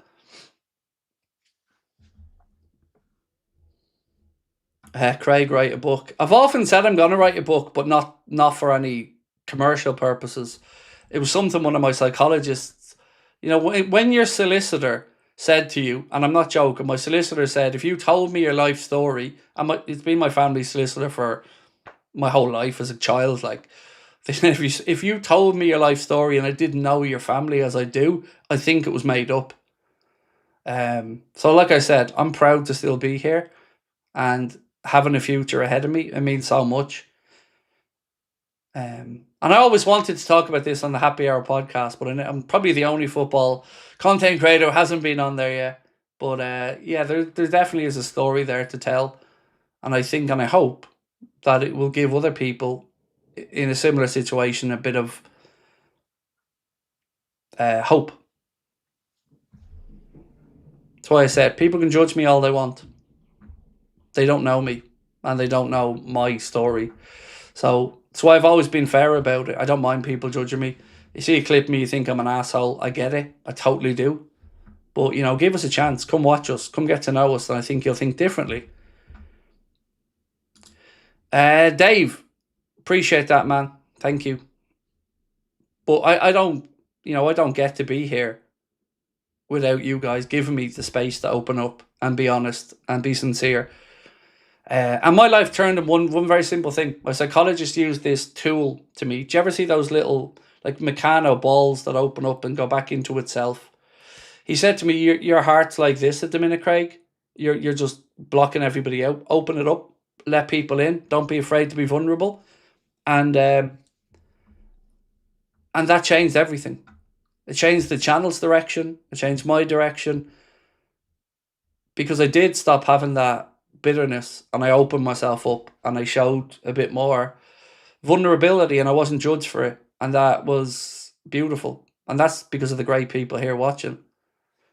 You know, this is what I said. This is more than a stream, more than anything to me. I am so proud of our community. It's the first thing people mention to me about the channel. And they're not wrong. It's a great group of people. I just got lucky.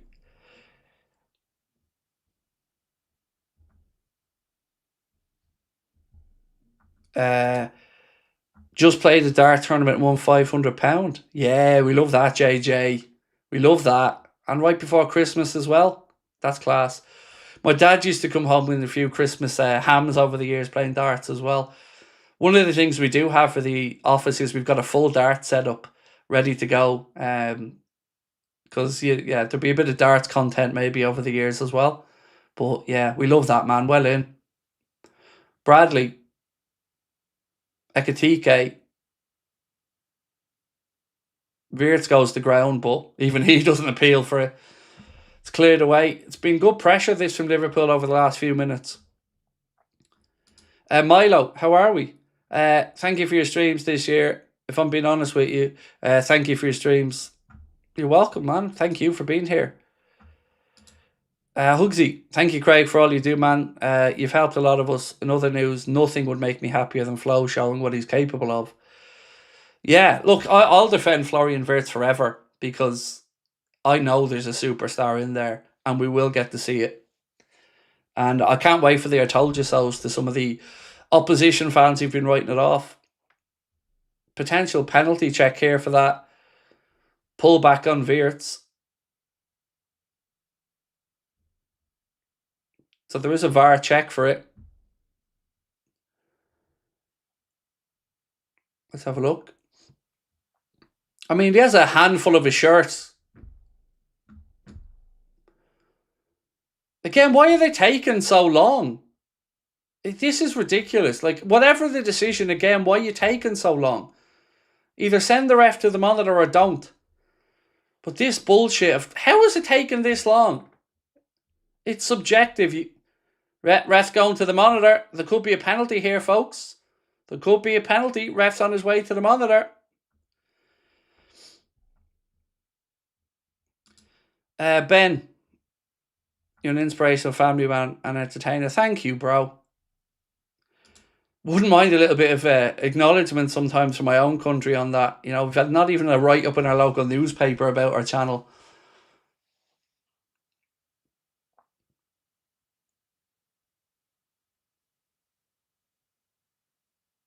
Let's see what the ref does.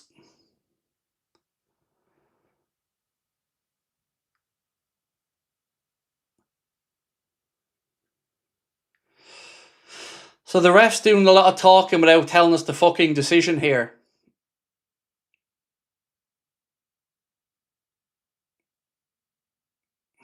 Penalty.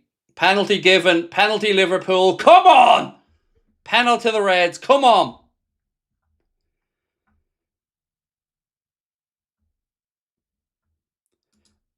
My dad died of alcoholism when I was 23 and I questioned what I could have done for too long. Don't burden yourself with questioning your role. Spot on, George, and thank you, and I'm sorry for your loss, mate. There are more super chats to get through, which I will, but there's a penalty here to Liverpool for a tug back on Florian Wirtz. Now, who takes the pen?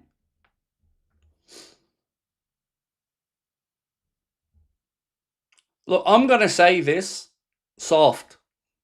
I'm a Liverpool fan, soft, but technically it's a foul. Szoboszlai's over it. Will he take it though, or will he hand it to Maka? He places the ball, so it looks like Szoboszlai's standing over it.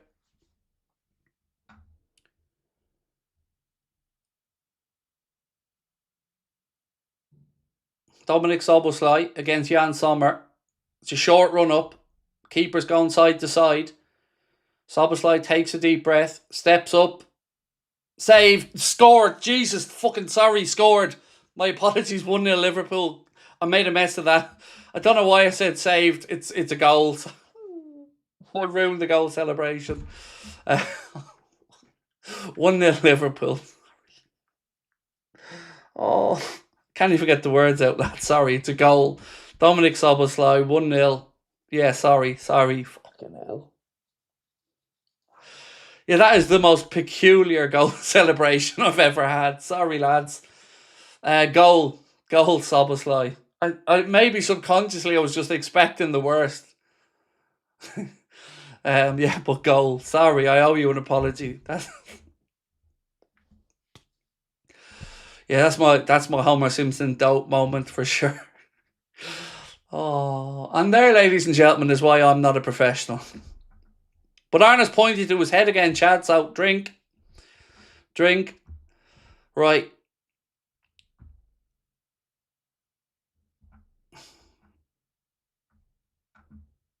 One 0 Liverpool. Let's go. 90 seconds plus stoppage time to go, boys. Come on.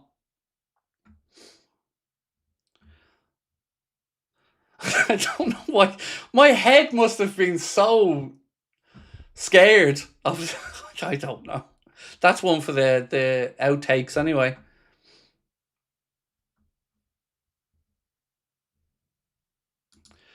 We're like the Chinese, a great bunch of lads, said Dub in the Desert. Ahmed said, thank you, wishing you all the best and success. Thank you, Ahmed. Gentlemen. Best live commentary to a game ever. Is that a question? I love the moment for Gerrard's goal against Olympiacos. I have to say, what a hit, what a hit from Andy Gray. Does stick with me.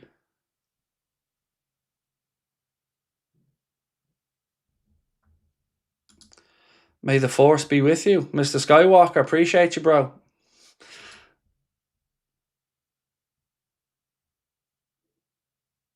Just in case you're tuning in, you're not sure what this is Liverpool winning a game.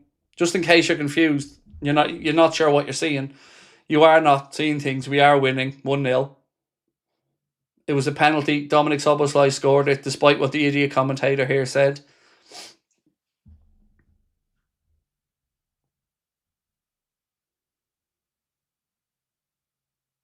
I think he meant your line, lad. I don't know what that means.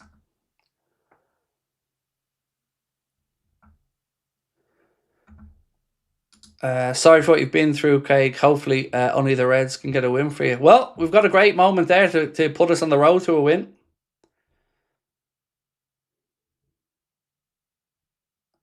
Wirtz, unlucky. Goal kick. 6 minutes added on. 6 minutes at the end of it, ladies and gents. Kit said, lost my uncle recently. He was killed in the army. Always puts a smile watching you. I'm not a Liverpool fan, but I really like watching you. Well, I'm sincerely sorry for your uncle's loss, and I'm thankful for his service. And I'm really sorry to hear what you've gone through and your family. Sending you love.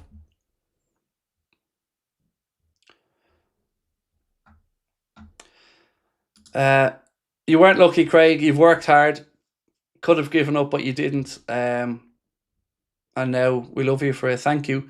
Like I mentioned, about 2 years ago, I had the chance to either keep fighting the legal battle on the inheritance stuff or stay with the channel. And I knew if I kept fighting the legal case, it would make me bitter and the channel would end up being destroyed. So we drew a line underneath it and backed ourselves to make the channel a success. Mac had gone down with cramp here, by the way. Immediately after he kicked the ball, he went down with cramp. His international teammate, Lautaro Martinez, just stretching him out there. Love the stream, mate, and RIP to your dad. Thank you, bro. Appreciate that. My heart sunk for a second. Yeah, I know. I'm an idiot, man. I'm an idiot.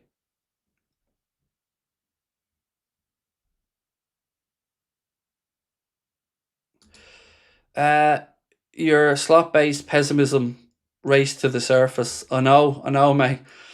You're right, Phil. Been working late tonight, just jumped in and read the chat. Hopefully you're all good, mate. Honestly, such a help and inspiration to me. I'm good, man. I'm good, Logan. Thank you. It's been a batshit crazy day, which I can't really talk about. But yeah, look, the Reds are winning. That makes life better. Cross in. Lautaro. He drags a shot wide. Corner kick, though, did take a deflection, which is frustrating because Alisson could have gotten to that. So This referee just really is a hometown referee, isn't he? Everything. Craig, fire this lad on screen. He's in the works. P45's coming for me. Allison claims it. There you go, Ali. Yeah, I'm firing myself, mate. Don't worry. Dominic Gerard Sly. I love this man. Said Itachi.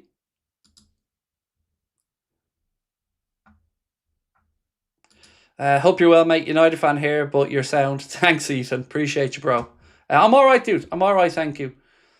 The Reds are winning, and this is putting a smile on my face. You know, it's been a minute, and this is a good result. Any stage of where we are, you know, an away win against an Italian team in Europe's always a good result. Let's just hope we see this out. Virgil clears his lines. Come on, boys. You've earned this. See it out.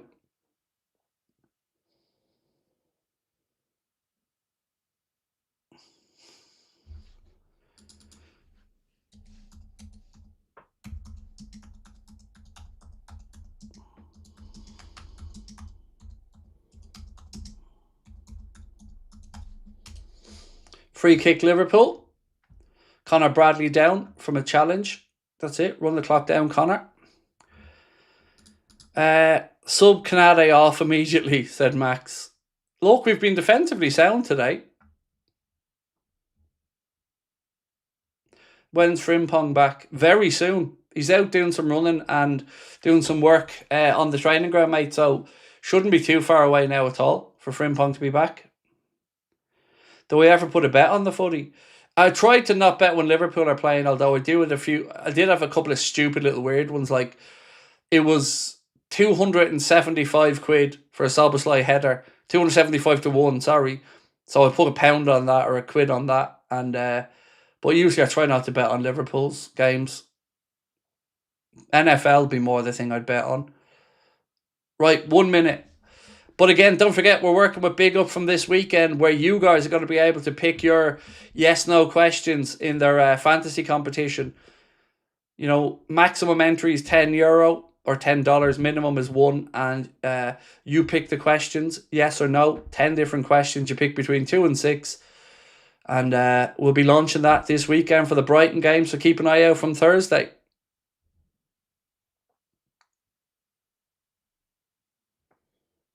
McAllister, Wirtz, carries the ball, gives it out to Szoboszlai.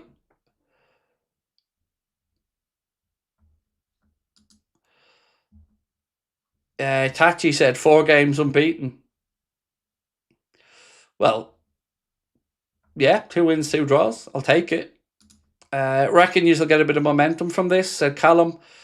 I hope so, mate. Yeah, look, we need something. Now we're into whatever time the ref adds on for stoppages at the end of the stoppages. He's looking at his watch. You'd imagine if we defend this one, that'll be all she wrote. Come on, boys. Last few yards. Yeah, and Inter just give the ball straight to Liverpool. We'll take that. Jones now draws a foul. That'll do. Well done. Take your time, boys. Take your time.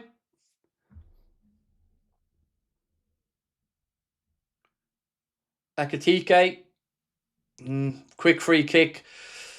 I don't like that. Inter. Referee looks at his watch. It's over. 1-0 win. We'll take it. 1-0. Get in. Get in. Much needed victory. There we go. That'll do, ladies and gents. That'll do. Liverpool go over to Milan and beat Inter by 1-0. And here comes the whinging from the Inter players at the end of the game. But I tell you what, I don't give a shite. Liverpool have won by a Dominic Szoboszlai penalty to 0. We had a goal ruled out, which again, you can make your own mind up on. But that'll do. That'll do. Liverpool go over, get the win, which does really reignite our top 8 chances in this season's league format.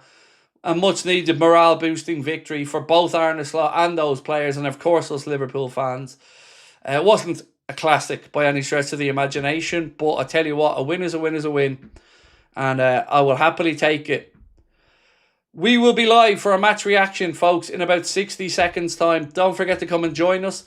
If you can, please do hit that subscribe button for me before you head off and drop a like on the stream. We will see you in 60 seconds for a match reaction. Thank you for joining us. The Reds have actually done it. We've gone over to Italy, beaten Milan by 1-0. Hopefully, it's onwards and upwards. We'll talk in a minute. Bye-bye.